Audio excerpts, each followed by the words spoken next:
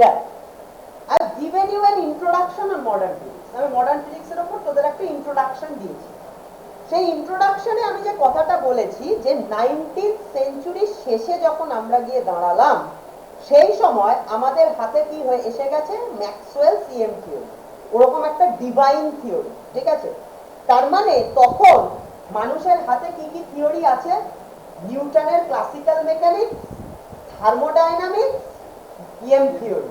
তার মানে আমাদের হাতে যা টুলস, যা থিওরি আছে, সেগুলো এত পাওয়ারফুল যে আমরা নেচারের সমস্ত ফেনোমেনন, নেচারের যা ফেনোমেনন আমরা দেখতে পাবো, মেকানিক্যাল বল, অপটিক্যাল বল, অ্যাকোয়াস্টিক মানে সাউন্ড রিলেটেড বল, থার্মাল বল, সমস্ত ইলেকট্রোস্ট্যাটিক বল, ম্যাগনেটিজম বল, সমস্ত ফেনোমেনন আমরা এক্সপ্লেন করে দিতে পারবো। we can explain all phenomenon of nature. সেই সময়ই মানুষ ভাবতে শুরু করেছিল 19th সেঞ্চুরির শেষে যে নেচার ইজ কমপ্লিটলি ডিটারমিনিস্টিক, মানে আমরা নেচারের সমস্ত কিছু ডিটারমাইন করে ফেলেছি, নেচারের যে ল, সমস্ত ল আমরা বুঝতে পেরে গেছি। ঠিক সেই সময় একটা অদ্ভুত ঘটনা ঘটতে শুরু করলো থ্রুআউট দ্য ওয়ার্ল্ডের বিভিন্ন নেশনে বিভিন্ন সায়েন্টিস্টরা কি করলো, স্ট্রেঞ্জ ফেনোমেনা রিপোর্ট করতে শুরু করলো। কিরকম ফেনোমেনন, যে ফেনোমেনন গুলো আমাদের এক্সিস্টিং যে থিওরিজ অফ ফিজিক্স সেগুলো দিয়ে এক্সপ্লেন করা যাচ্ছে না। মানে আমরা ঠিক যে মুহূর্তে ভাবতে শুরু করেছি যে নেচার আমাদের কাছে সম্পূর্ণ রিভিলড হয়ে গেছে, ঠিক সেই মুহূর্তেই nature started behaving in the most strange way than it ever did. মানে নেচার এমন এমন ফেনোমেনন মানুষের সামনে প্রেজেন্ট করলো, প্রায় একই সময় ডিফারেন্ট নেশনের ডিফারেন্ট সায়েন্টিস্টরা এমন ফেনোমেনন রিপোর্ট করতে শুরু করলো যে ফেনোমেনন গুলো classical existing theories of physics দিয়ে এক্সপ্লেন করা যাচ্ছে না। ক্লিয়ার? ওকে, আমাদের সেই তাই জন্য 20th সেঞ্চুরিতে কি হলো, নতুন একটা ওই সমস্ত যে ক্রাইসিস, মানে যে ফেনোমেনন গুলো আমরা এক্সপ্লেন করতে পারছি না, সেই ক্রাইসিস গুলোকে রিজলভ করার জন্য নতুন থিওরি ডেভেলপ করা শুরু হলো। সেই নতুন থিওরি গুলোই হলো হচ্ছে মডার্ন ফিজিক্স। ঠিক আছে, ক্লিয়ার? এবার মডার্ন ফিজিক্সের দুখানা উইং আছে। there are two wings of modern physics. Modern ফিজিক্সের দুটো উইং, একটা উইং হচ্ছে কোয়ান্টাম মেকানিক্স, আর একটা উইং হচ্ছে special theory of relativity.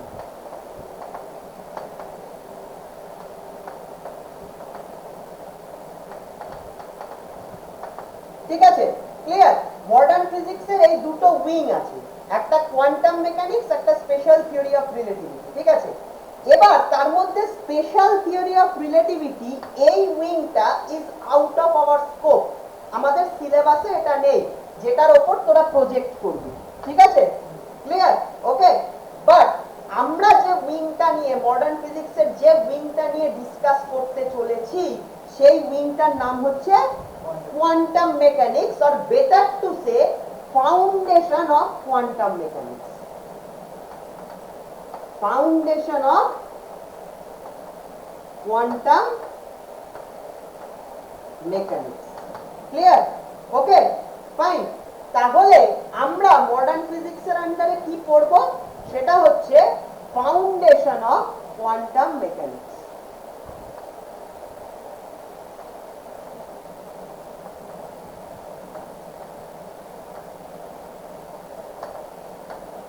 Clear? Okay, তার মানে দেখ আমরা কি পড়বো, দেখ লিখতে হলে ঝটপট করে লেখ।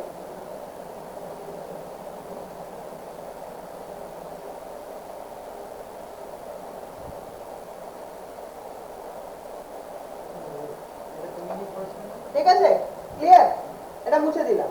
দেখ এইবার আমরা কি পড়বো মডার্ন ফিজিক্সের আন্ডারে, ভালো করে দেখবি। সেটা হচ্ছে গিয়ে আমরা দেখব এই যে আমরা একটু আগে বললাম না 19th সেঞ্চুরি শুরু থেকে 20th সেঞ্চুরি 19th সেঞ্চুরি শেষ থেকে 20th সেঞ্চুরি শুরু পর্যন্ত 19th সেঞ্চুরি শেষ থেকে 20th সেঞ্চুরি শুরু পর্যন্ত ঠিক আছে আমরা কি দেখলাম আমরা দেখলাম যে সায়েন্টিস্টরা বিভিন্ন নেশনের সায়েন্টিস্টরা বেশ কিছু ফেনোমেনন রিপোর্ট করলো যেটা এক্সিস্টিং থিওরি দিয়ে রিজলভ করা যাচ্ছে না আমরা এখানে সেই সমস্ত ক্রাইসিস গুলো নিয়েই পড়াশোনা করব ঠিক আছে মানে আমরা দেখব সেই ক্রাইসিস গুলো কি এবং সেই ক্রাইসিস গুলোর প্রবাবল সলিউশন হিসেবে কি করে কোয়ান্টাম মেকানিক্স তৈরি হলো এই জার্নিটা হচ্ছে আমাদের সিলেবাসের মধ্যে থাকা মডার্ন ফিজিক্সের পড়াশোনা ক্লিয়ার ওকে আমরা দেখব ক্রাইসিস গুলো কি তৈরি হয়েছিল এবং ক্রাইসিস গুলো কিভাবে এই ক্রাইসিস গুলোর প্রবাবল সলিউশন কি করে লিড করেছিল to the foundation of quantum mechanics এটাই আমাদের মডার্ন ফিজিক্সের পড়াশোনা ক্লিয়ার ওকে ক্রাইসিস গুলোর নাম কি ছিল অনেকগুলো ক্রাইসিস ছিল তার মধ্যে আমি কয়েকটার নাম বলছি একটা হচ্ছে intensity distribution curve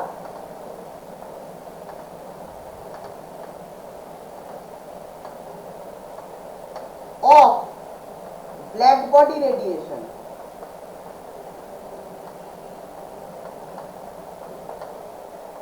clear okay number 2 crisis number 2 was photoelectric effect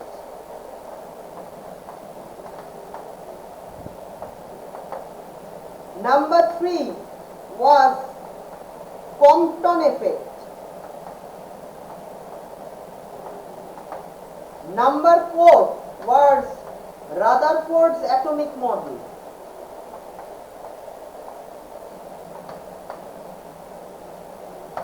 clear okay fine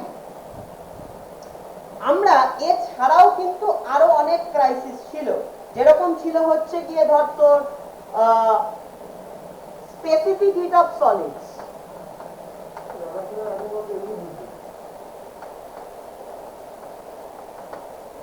specific heat of solids ঠিক আছে এটসেট্রা এরকম বিভিন্ন ফেনোমেনন গুলো ভালো করে দেখবি এরকম বিভিন্ন ফেনোমেনন গুলো রিপোর্টেড হয়েছিল এই ফেনোমেনন গুলো রিপোর্টেড হয়েছিল by different scientist from different nations almost একই সময় ঠিক আছে এই কোন ফেনোমেনন গুলোই এক্সিস্টিং থিওরি অফ ফিজিক্স দিয়ে সলভ করা যাচ্ছিল না মানে মনে হচ্ছিল সেই সময় যে আমরা এতদিন ধরে যে ফিজিক্স ফর্মুলেট করেছি the entire physics is going to collapse nature এমন একটা টুইস্ট দিয়েছিল এবং অদ্ভুত রকম ভাবে এই ক্রাইসিস গুলো অলমোস্ট একই সময়ে হিউম্যান রেসের সামনে এসে হাজির হয়েছিল ক্লিয়ার ওকে যে কারণে এই ক্রাইসিস গুলোকে রিজলভ করার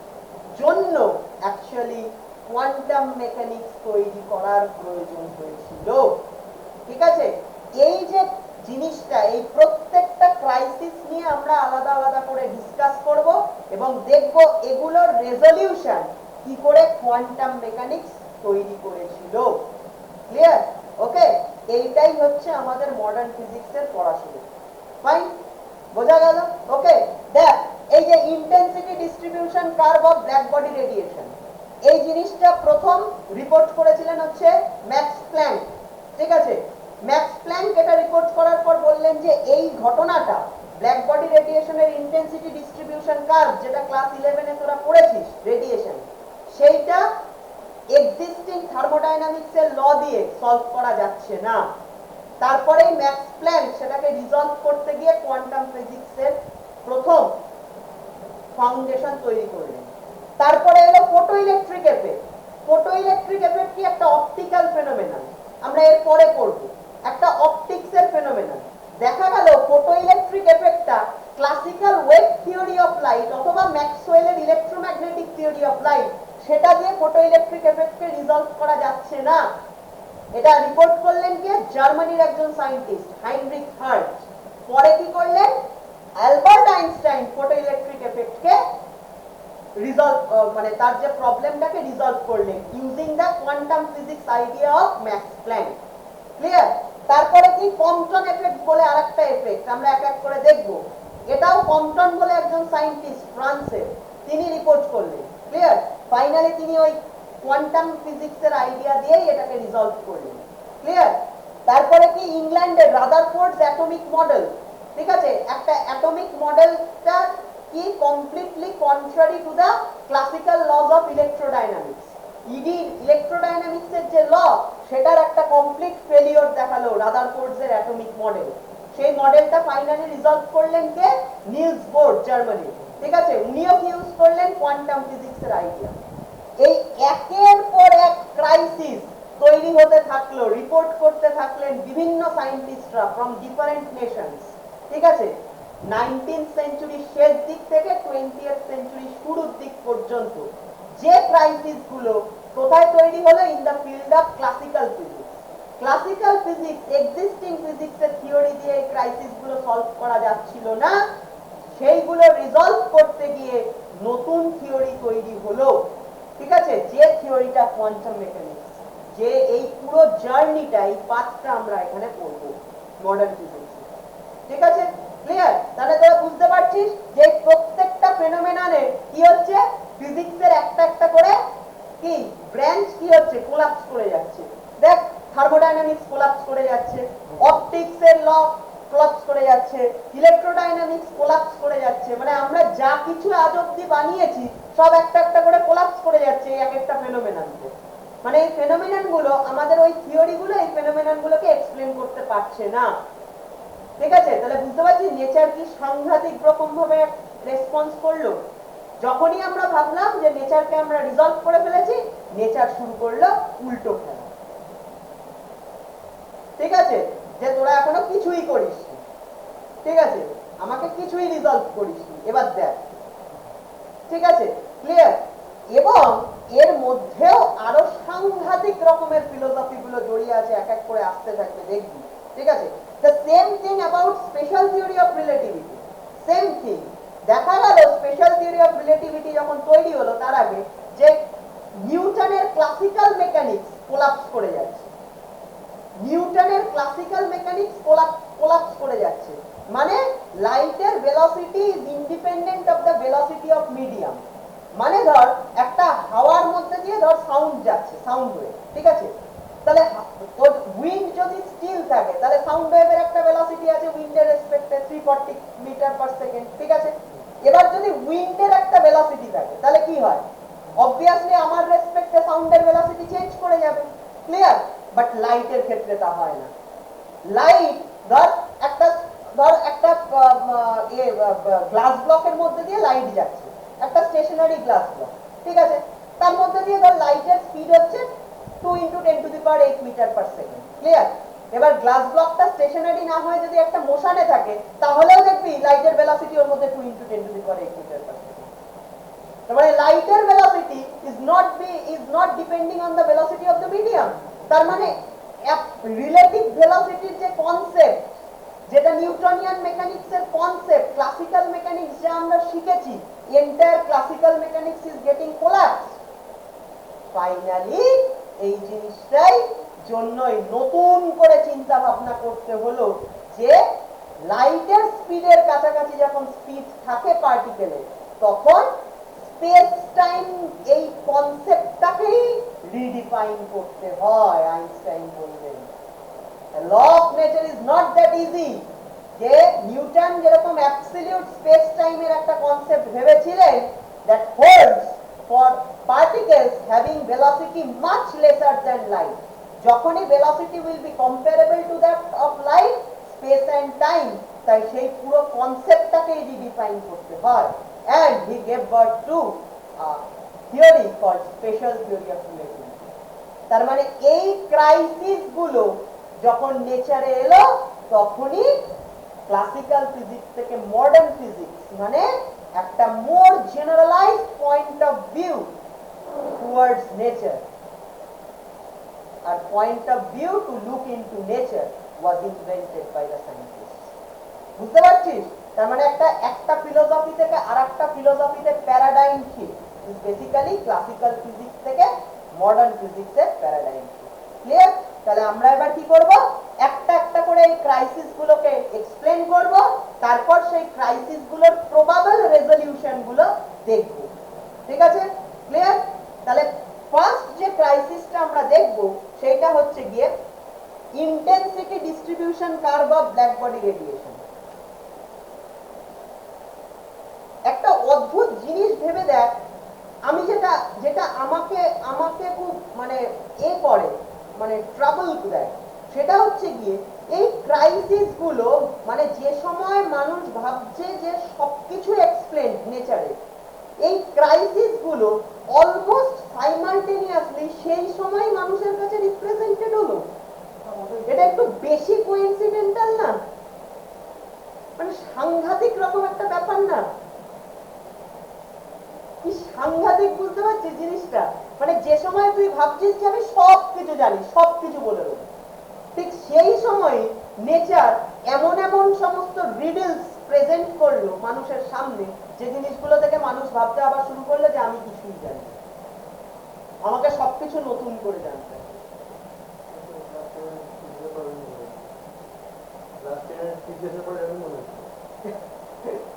ঠিক আছে, বুঝতে পারলি? তাহলে আমরা ফার্স্ট যেটা দিয়ে শুরু করব সেটা হচ্ছে ইন্টেন্সিটি ডিস্ট্রিবিউশন কার্ভ।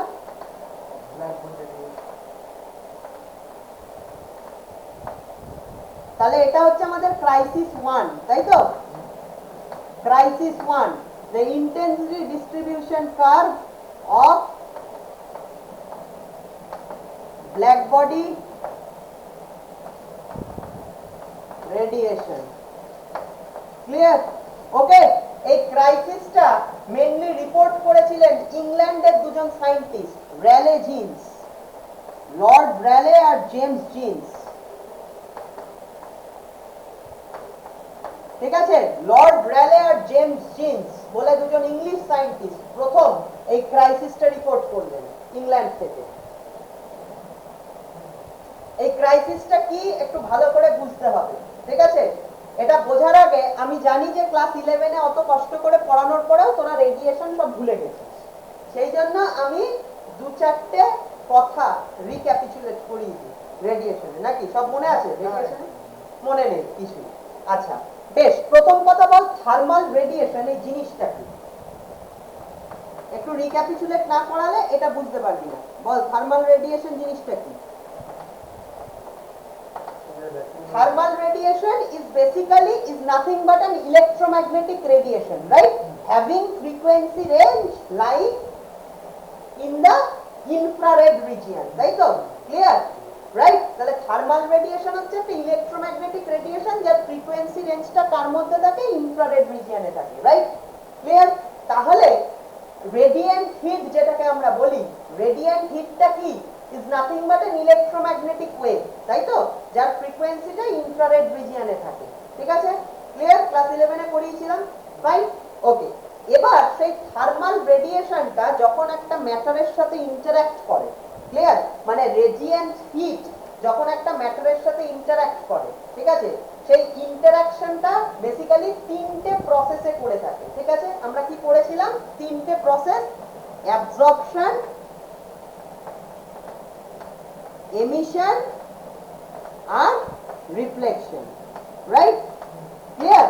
মানে একটা ম্যাটারের উপর যখন থার্মাল রেডিয়েশন এসে পড়ে তখন কি হয়? তখন একটা পার্ট অ্যাবজর্ব করে সেই ম্যাটারটা, ক্লিয়ার? একটা part of the thermal radiation ও কি এমিট করে, আর একটা পার্ট কি করে? ও রিফ্লেক্ট করে। ক্লিয়ার?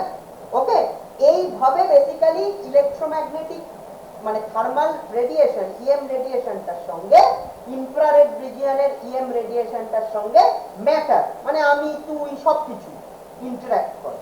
ঠিক আছে? ক্লিয়ার? বোঝা গেল? ফাইন।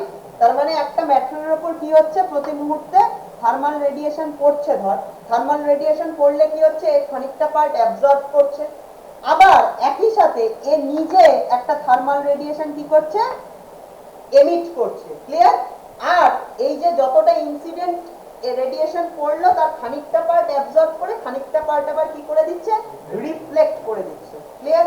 ওকে, এইভাবে থার্মাল রেডিয়েশনের সাথে একটা ম্যাটার ইন্টারঅ্যাক্ট করে। ঠিক আছে, ক্লিয়ার? ওকে, এরপরে আমরা কি পড়েছিলাম, প্রিভোস্ট থিওরি আর Prevost theory of heat exchange and thermal equilibrium. Clear? কি পড়েছিলাম সেখানে? Prevost theory of heat exchange and thermal equilibrium. আমরা পড়েছিলাম সেই থিওরি অফ হিট এক্সচেঞ্জে কি ছিল, প্রভোস্ট থিওরিতে একটা ম্যাটার, সেই ম্যাটারটা রেডিয়েন্ট হিটের সঙ্গে কি মানে সেই ম্যাটারটা কি করে থার্মাল ইকুইলিব্রিয়াম অ্যাটেইন করে। আমরা পড়েছিলাম যে একটা যে কোনো ম্যাটার সব সময় অলওয়েজ কি করছে, হিট এক্সচেঞ্জ করছে, রেডিয়েন্ট হিট এক্সচেঞ্জ করছে উইথ দা সারাউন্ডিং। ঠিক আছে, ম্যাটারটা সব সময় সারাউন্ডিং এর সঙ্গে রেডিয়েন্ট হিট এক্সচেঞ্জ করছে। ঠিক আছে, ম্যাটার মানে ধরে নে আমি, ক্লিয়ার, আমি সব সময় কি করছি, সারাউন্ডিং এর সঙ্গে সব সময় কি করছি, হিট এক্সচেঞ্জ করছি। ক্লিয়ার? ওকে, তাহলে আমি থার্মাল ইকুইলিব্রিয়ামটা কি করে মেইনটেইন করছি, আমি যে রেটে কি করছি, রেডিয়েন্ট হিট রিসিভ করছি, ঠিক একই রেটে রেডিয়েন্ট হিট কি করছি, এমিট করে দিচ্ছি। ক্লিয়ার? তার মানে যে রেটে রিসিভ করছি, rate of receiving equal to rate of emission. এইটা যখন ইকুয়াল হয়ে যায় দুটো রেট, তখন কি হয়, আমার যে টেম্পারেচারটা সেটা কি থাকে, কনস্ট্যান্ট থাকে, সেটাকেই বলে থার্মাল ইকুইলিব্রিয়াম। আমি এইভাবে একটা থার্মাল ইকুইলিব্রিয়ামে রয়েছি। ক্লিয়ার? তার মানে আমি রিসিভও করছি এট দ্য সেম টাইম এমিটও করছি। তার মানে আমি কি করছি, সব সময় থার্মাল রেডিয়েশন সারাউন্ডিং এর সঙ্গে এক্সচেঞ্জ করছি। ঠিক আছে, করে কি করছি, আমার থার্মাল ইকুইলিব্রিয়ামটাকে মেইনটেইন করছি। Clear? This is the provost theory of heat exchange. Clear? Okay, provost theory of heat exchange কি বলে, ম্যাটার সারাউন্ডিং এর সঙ্গে সব সময় থার্মাল রেডিয়েশন এক্সচেঞ্জ করে। ক্লিয়ার?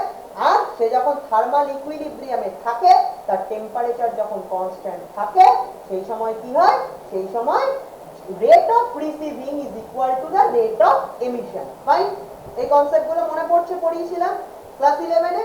ঠিক আছে, বেশ, এর সাথে কি আছে দেখ, আমরা এবার ধর কি হলো, হঠাৎ তুই ধর আমার সামনে একটা কোনো একটা ধর বার্নার নিয়ে এলি। ঠিক আছে, বার্নার নিয়ে এলে কি হবে, আমার গরম লাগবে। ঠিক আছে, মানে কি, আমার বডি টেম্পারেচারটা একটু বেড়ে যাবে। ক্লিয়ার? তার মানেটা কি হচ্ছে বলতো, ভালো করে শোন নীলা, একটা বার্নার তুই আমার সামনে নিয়ে এলি, এবার তার মানেটা কি, আমার গরম লাগছে। ক্লিয়ার? তার মানে কি, আমার বডি টেম্পারেচার আস্তে আস্তে বাড়ছে। ক্লিয়ার? ঘটনাটা কি হচ্ছে দেখ, যেই একটা বার্নার আমার সামনে নিয়ে এসছিস তুই, সেটা কি খুব বেশি রেটে কি হিট ছাড়ছে, আর যত বেশি রেটে হিট ছাড়ছে আমি তত বেশি রেটে হিট রিসিভ করছি। ক্লিয়ার? তার মানে আমি যে রেটে হিট রিসিভ করছি তার চেয়ে কম রেটে হিট এমিট করছি আমি। ঠিক আছে, তাই জন্য আমার কি, আমি একটা নেট হিট তার মানে আমি অ্যাবজর্ব করছি। নেট হিট অ্যাবজর্ব করার জন্য কি হচ্ছে, আমার টেম্পারেচার বডির বাড়ছে। ক্লিয়ার? বাট কি হয়, আমার টেম্পারেচার যেই বাড়তে থাকে বডির সঙ্গে সঙ্গে রেট অফ এমিশনটাও কি হয়, বাড়তে থাকে। ফাইনালি কি হয়, ওই রেট অফ রিসিভিং এর সঙ্গে রেট অফ এমিশনটা বাড়তে বাড়তে ইকুয়াল হয়ে যায়। সঙ্গে সঙ্গে আমি আবার একটা থার্মাল ইকুইলিব্রিয়াম কি করি, অ্যাটেইন করি। ক্লিয়ার? তার মানে ধর আমার টেম্পারেচার ধর 38 ডিগ্রি বডি। ক্লিয়ার? এবার তুই সামনে একটা বার্নার নিয়ে এলি। ক্লিয়ার? এবার বার্নারটা নিয়ে এলে কি, আমি বেশি বেশি হিট রিসিভ করব, কম ছাড়ছি, শুরুতে এমিট করছি কম রেডিয়েন্ট হিট। এবার কি, আমার টেম্পারেচারটা বডির বাড়তে শুরু করলো 38 থেকে, ধীরে ধীরে 38 থেকে বাড়তে বাড়তে বাড়তে বাড়তে 39 হলো। এবার এই যে 38 থেকে 39 অবধি যে টেম্পারেচার বাড়ছে, টেম্পারেচার বাড়ার সাথে সাথে আমার রেট অফ এমিশনটাও আস্তে আস্তে বাড়ছে। বাড়তে বাড়তে কি হলো, 39 এ যেই পৌঁছলো আমার টেম্পারেচার, তখন রেট অফ এমিশনটা ইনক্রিজ করে রেট অফ রিসিভিং এর সঙ্গে ইকুয়াল হয়ে গেল। সঙ্গে সঙ্গে কি হলো, আমি আবার একটা নিউ ইকুইলিব্রিয়াম এস্টাবলিশ করে ফেললাম। মানে আমি একটা নিউ থার্মাল ইকুইলিব্রিয়াম এস্টাবলিশ করে ফেললাম। মানে আমার বডি টেম্পারেচারটা এবার 39 এ কি হয়ে গেল, ফিক্স হয়ে গেল। ক্লিয়ার? 39 এ কি হয়ে গেল, কনস্ট্যান্ট হয়ে গেল। এবার তুই যদি আরো গরম একটা বার্নার আনিস, তখন আমার টেম্পারেচার আবার বাড়তে বাড়তে 40 ডিগ্রিতে গিয়ে কি হবে, কনস্ট্যান্ট হয়ে যাবে। কেসটা বুঝতে পারলি? ক্লিয়ার? ওকে। একই রকম ব্যাপার হচ্ছে, তুই যদি একটা আইস ব্লক নিয়ে আসিস, তখন কি হবে, একটা আইস ব্লক নিয়ে এলে আমার ঠান্ডা লাগবে, মানে আমি বেশি রেটে এবার ছাড়তে থাকবো, নেওয়ার থেকে বেশি ছাড়তে থাকবো, রাইট? তার মানে আমার রিসিভিং এর থেকে এমিশন বেশি।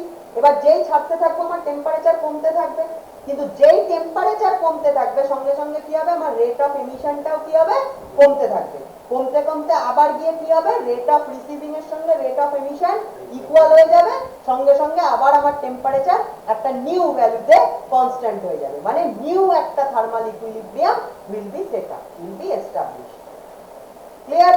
ওকে, ফাইন। তাহলে আমরা এখান থেকে কি বলতে পারবো, বলতে পারি যে rate of emission increases with increasing temperature.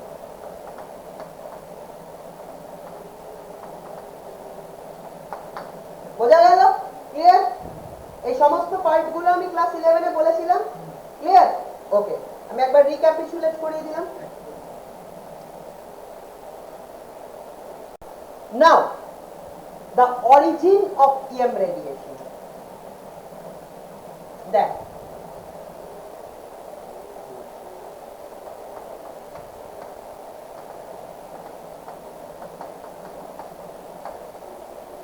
মানে তোর এবার একটা কোয়েশ্চেন, যেটা খুব জেনারেল কোয়েশ্চেন থাকে, আমি খুব শর্টে ক্লাস 11 এ এই জিনিসটা ডিসকাস করেছিলাম, বলেছিলাম ক্লাস 12 এ ইলাবরেটলি ডিসকাস করব।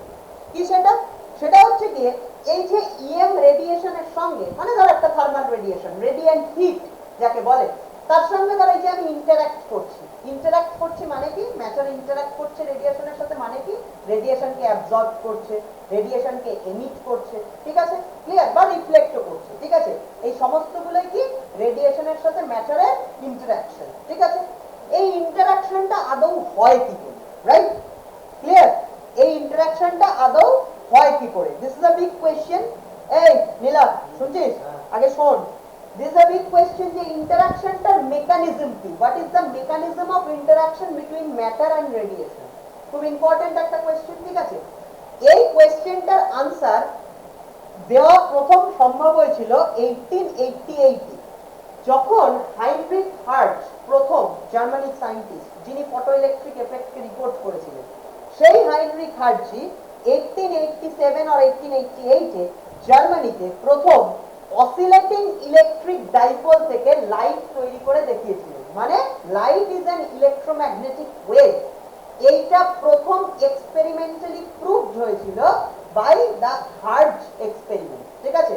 মানে ম্যাক্সওয়েলের ইলেকট্রোম্যাগনেটিক থিওরি 65 এ, ম্যাক্সওয়েলের electromagnetic theory was invented in 1865। তার 22 ইয়ার্স পরে, তার 20 ইনভেনশনের 22 ইয়ার্স পরে ম্যাক্সওয়েলের ইলেকট্রোম্যাগনেটিক থিওরি এক্সপেরিমেন্টালি প্রুভড হয়েছিল। তুই চিন্তা করে দেখ, তা সত্ত্বেও ম্যাক্সওয়েলের ইলেকট্রোম্যাগনেটিক থিওরি এত পাওয়ারফুল থিওরি ছিল যে মানুষ ওই থিওরিটাকে সত্যি বলে অ্যাকসেপ্ট করে নিয়েছিল before it's experimental verification.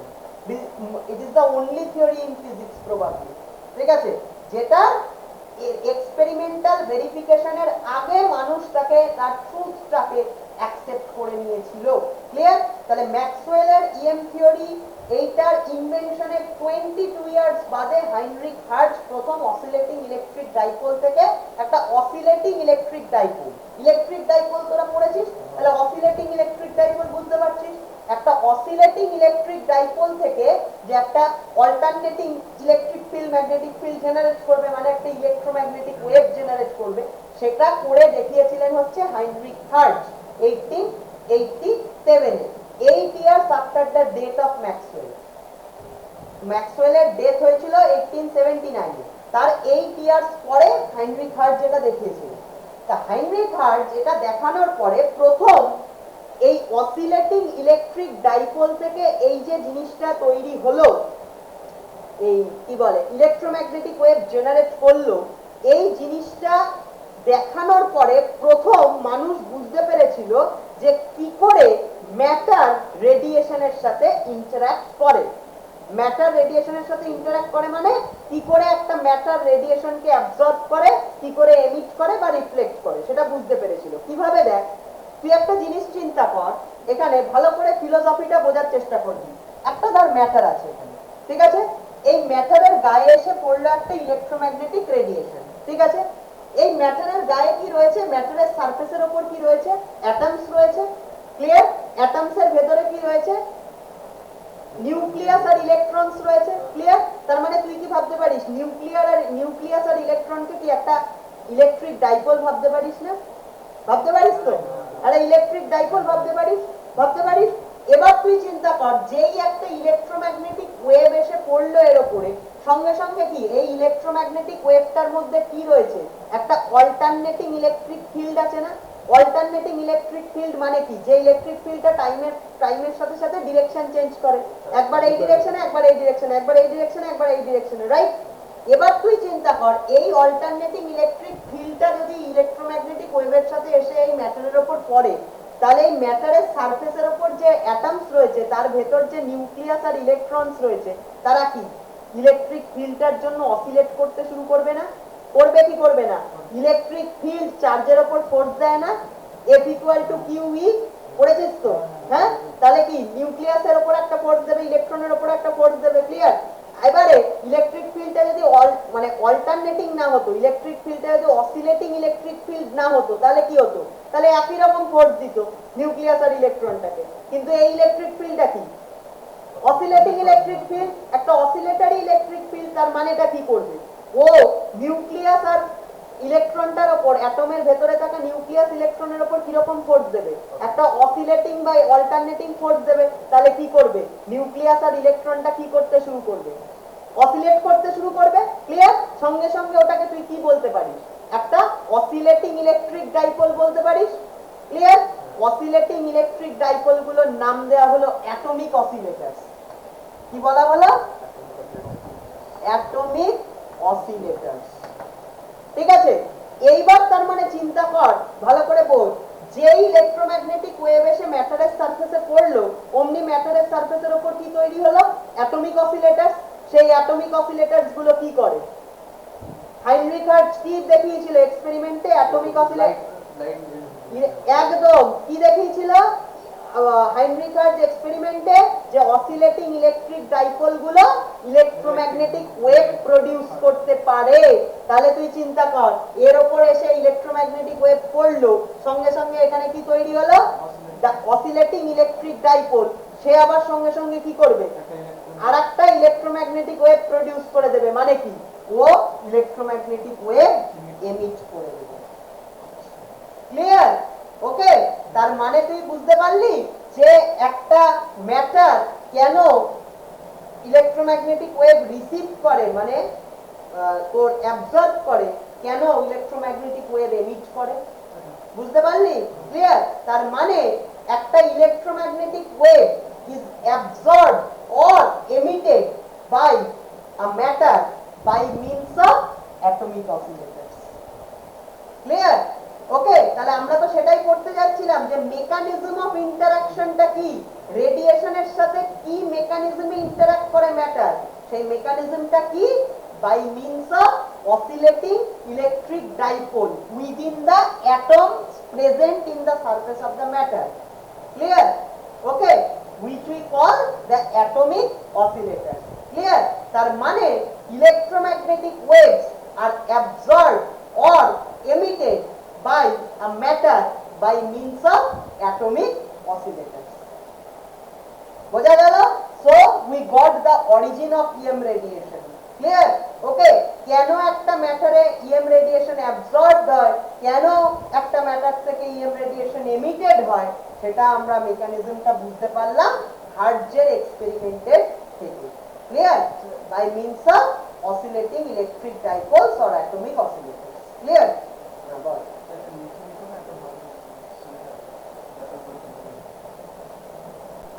Okay, now let's move to black body. Black body মানে কি ছিল বল? ওই তো স্যার লাইট আসলে ব্ল্যাক বডি মানে হচ্ছে 100% অ্যাবজর্বার অফ ইলেকট্রোম্যাগনেটিক রেডিয়েশন, তাই তো? হ্যাঁ একদম 11 এ রেডিয়েশনে পড়িয়েছিলাম। ব্ল্যাক বডি কি?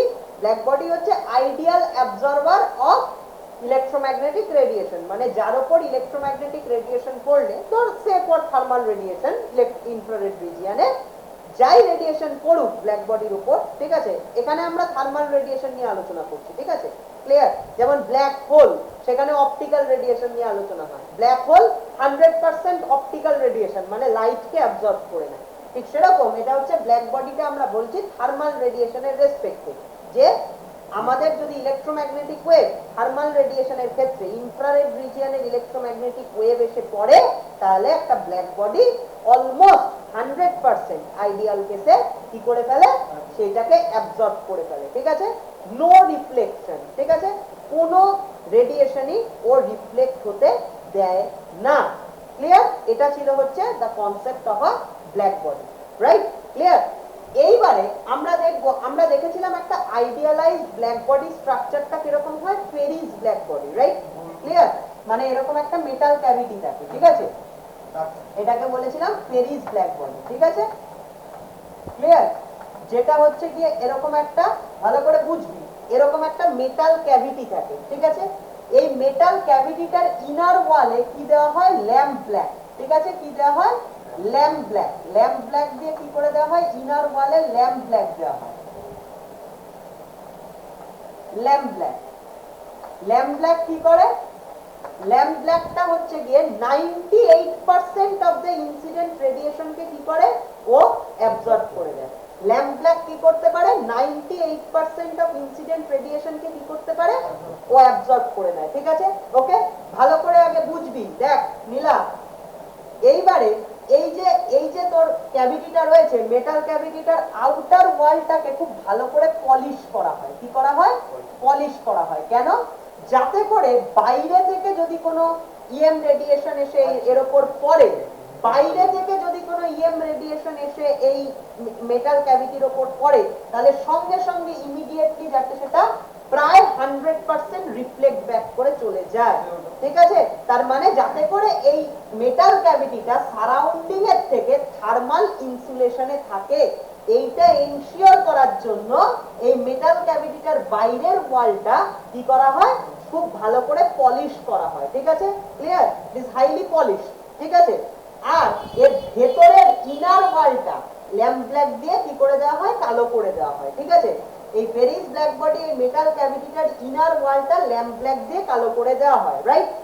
এবার এর ভেতরে কি থাকে, এর ভেতরে অনেকগুলো এরকম এজ থাকে, শার্প এজ, ঠিক আছে? ক্লিয়ার?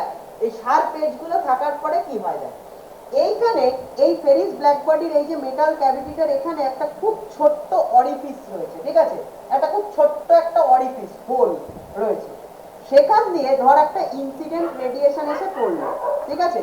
একটা incident EM radiation, thermal radiation এসে পড়লো, ঠিক আছে? পড়ার সঙ্গে সঙ্গে কি হলো, এখান থেকে রিফ্লেক্টেড ব্যাক হলো, রিফ্লেক্ট ব্যাক করে এখানে পড়লো, এখান থেকে এখানে পড়লো, ঠিক আছে? ক্লিয়ার? এখানে যেই পড়লো কি হলো, 98% অ্যাবজর্ব হয়ে গেল, ঠিক আছে? বাকিটুকু কি হলো, রিফ্লেক্ট ব্যাক করে এখানে চলে গেল, ঠিক আছে? এখানে আবার 98% অ্যাবজর্ব হয়ে গেল, 2% রিফ্লেক্ট ব্যাক করলো, এখানে গিয়ে পড়লো, এখান থেকে কি হলো, আবার এখানে চলে গেল, 98% অ্যাবজর্ব হয়ে 2%, এরকম করতে গিয়ে করতে করতে আফটার সেভারাল রিফ্লেকশন আলটিমেটলি কি হয়, অলমোস্ট পুরো ইএম রেডিয়েশন যেটা এসে এর ভেতর ঢুকেছিল সেটা প্রায় পুরোটাই অ্যাবজর্ব হয়ে যায়। বোঝা গেল? তাই জন্য কি this act as a perfect black body. এটা কিরকম ভাবে বিহেভ করে, as a perfect black body. বোঝা গেল?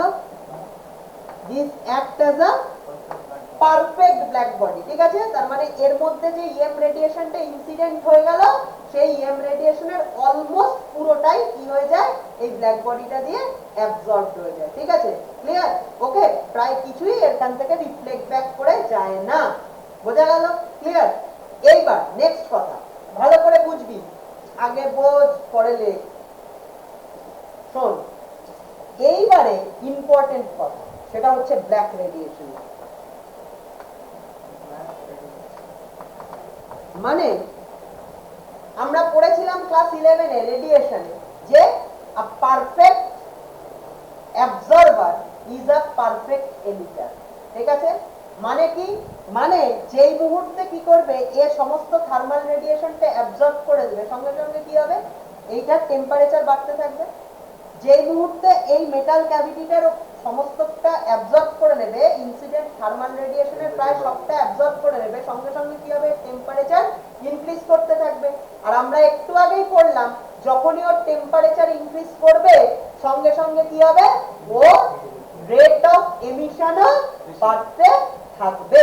ক্লিয়ার? তাহলে সঙ্গে সঙ্গে কি হবে, ও কি শুধু অ্যাবজর্ব করে বসে থাকবে? থার্মাল রেডিয়েশন নয়, ও রেডিয়েন্ট হিট আবার এমিট করতে থাকবে। ক্লিয়ার? ওকে, তার মানে এই পারফেক্টলি ব্ল্যাক বডিটা কি করবে, হিট রেডিয়েশন বা thermal radiation radiant heat emit করতে থাকবে। ক্লিয়ার? ওকে, সেই রেডিয়েশনটা কোথায় কন্টেন্ট থাকবে, এর ভেতরে কন্টেন্ট থাকবে। বুঝতে পারলি? এই মেটাল ক্যাভিটিটার ভেতর এমিটেড রেডিয়েশনটা কি থাকবে, কন্টেন্ট থাকবে। the emitted radiation will be contained within the metal cavity, ঠিক আছে? তাই জন্য এর ভেতরটাকে বলা হয় ব্ল্যাক রেডিয়েশন চেম্বার। কি বলা হয়? Black radiation chamber. ক্লিয়ার? ওকে, ক্লিয়ার? এই ব্ল্যাক রেডিয়েশন চেম্বার থেকে এবার কি হবে, এখান থেকে খুব একটা, যেহেতু কি এই অরিফিসটা প্রচন্ড ছোট, কেন ছোট, কারণ এর ভেতরের সাথে বাইরের সারাউন্ডিং এর কোনো রিলেশন নেই। ক্লিয়ার? মেটাল ক্যাভিটিটা is completely insulated from the surrounding, ঠিক আছে? সারাউন্ডিং এর থেকে সম্পূর্ণ ইনসুলেটেড, আইসোলেটেড রয়েছে, ঠিক আছে মেটাল ক্যাভিটিটা। কিন্তু তুই একটা জিনিস চিন্তা করে দেখ, এই রেডিয়েশন চেম্বারের মধ্যে থাকা এই যে মেটাল ক্যাভিটির মধ্যে থাকা যে এমিটেড রেডিয়েশনটা, সেই এমিটেড রেডিয়েশনের একটা পার্ট, ছোট্ট একটা পার্ট হলেও তো সেই অরিফিস দিয়ে বেরিয়ে আসবে। ক্লিয়ার? মানে যেরকম একটা ছোট্ট part of incident EM radiation যেমন সারাউন্ডিং থেকে অরিফিস দিয়ে ভেতরে ঢুকেছে, একটা ইএম রেডিয়েশন যেমন সারাউন্ডিং থেকে অরিফিস দিয়ে ক্যাভিটির ভেতরে ঢুকেছে, সেরকম একটা ছোট্ট পার্ট অফ এমিটেড রেডিয়েশনও কি হবে, এইখান থেকে কি হবে, বেরিয়ে আসবে। ক্লিয়ার? বুঝতে পারবি? বেরিয়ে তো আসবে, সেটা প্রচন্ড ছোট, সেটা এতটাই ছোট যে অলমোস্ট নেগলিজিবল। কারণ পুরো এমিটেড রেডিয়েশনটাই এর ভেতর কন্টেন্ট রয়েছে, কেন, অরিফিসটা খুব ছোট, সারাউন্ডিং এর সঙ্গে এর ভেতরের মেটাল ক্যাভিটির কোনো রিলেশন প্রায় নেই। কিন্তু যত ছোটই অরিফিস হোক, এই এমিটেড রেডিয়েশনের একটা ছোট্ট পার্ট হলেও তো সেটা এখান থেকে বেরিয়ে আসবে। ঠিক আছে? এবার তুই বল, যে রেডিয়েশনটা এখান থেকে বেরিয়ে আসবে অরিফিস থেকে, সেই রেডিয়েশনটা কি? It is a black radiation, মানে it is a radiation by a perfectly black body. Clear? তার মানে ওই রেডিয়েশনের যা ক্যারেক্টারিস্টিক্স হবে, that will be the characteristics of a perfectly black body radiation. Clear? Okay? বুঝতে পারলি কথাটা? এ অ্যাবজর্ব করলো, টেম্পারেচার বাড়লো, আবার থার্মাল রেডিয়েশন এমিট করলো, সেই থার্মাল রেডিয়েশন ব্ল্যাক রেডিয়েশন চেম্বারে জমা হচ্ছে, সেই এমিটেড রেডিয়েশনটার একটা ছোট্ট পার্ট অরিফিস দিয়ে বাইরে বেরিয়ে এলো। এবার সেই যেটা বাইরে বেরিয়ে এলো অরিফিস দিয়ে, সেই এমিটেড রেডিয়েশনটাকে তুই যদি অ্যানালাইসিস করিস, তাহলে তুই কি পাবি? The characteristics of a black radiation, because this is the emitted radiation by a perfectly black body. বোঝা গেল? ক্লিয়ার? তাহলে এবার তুই যে এমিটেড রেডিয়েশনটা বাইরে বেরিয়ে এসছে ছোট্ট অ্যামাউন্ট, তাকে কি করতে পারিস? তুই অ্যানালাইজ করতে পারিস to understand the properties of black radiation. বুঝতে পারলি? ক্লিয়ার? ওকে, এইটাই হচ্ছে গিয়ে এইবারে ব্ল্যাক রেডিয়েশনের বুঝলাম এটা। তাহলে ব্ল্যাক রেডিয়েশন কি এমিট করে না, এমিটেড যে ব্ল্যাক রেডিয়েশন, সেটার প্রপার্টিটা এবার অ্যানালাইজ করা হয় হচ্ছে বলোমিটার বলে একটা তোর অ্যাপারেটাস আছে, সেটা দিয়ে, বলোমিটার। ঠিক আছে? ক্লিয়ার? সেই অ্যাপারেটাসটা দিয়ে ওই এমিটেড ব্ল্যাক রেডিয়েশনের প্রপার্টিটাকে অ্যানালাইজ করা হয়। ক্লিয়ার? অ্যানালাইজ করে যেটা দেখা যায়, সেই গ্রাফটা, কার্ভটা আমরা ড্র করার চেষ্টা করছি। দেখ, ই ল্যামডা ভার্সেস ল্যামডা। ফর্মুলা কিরকম হবে?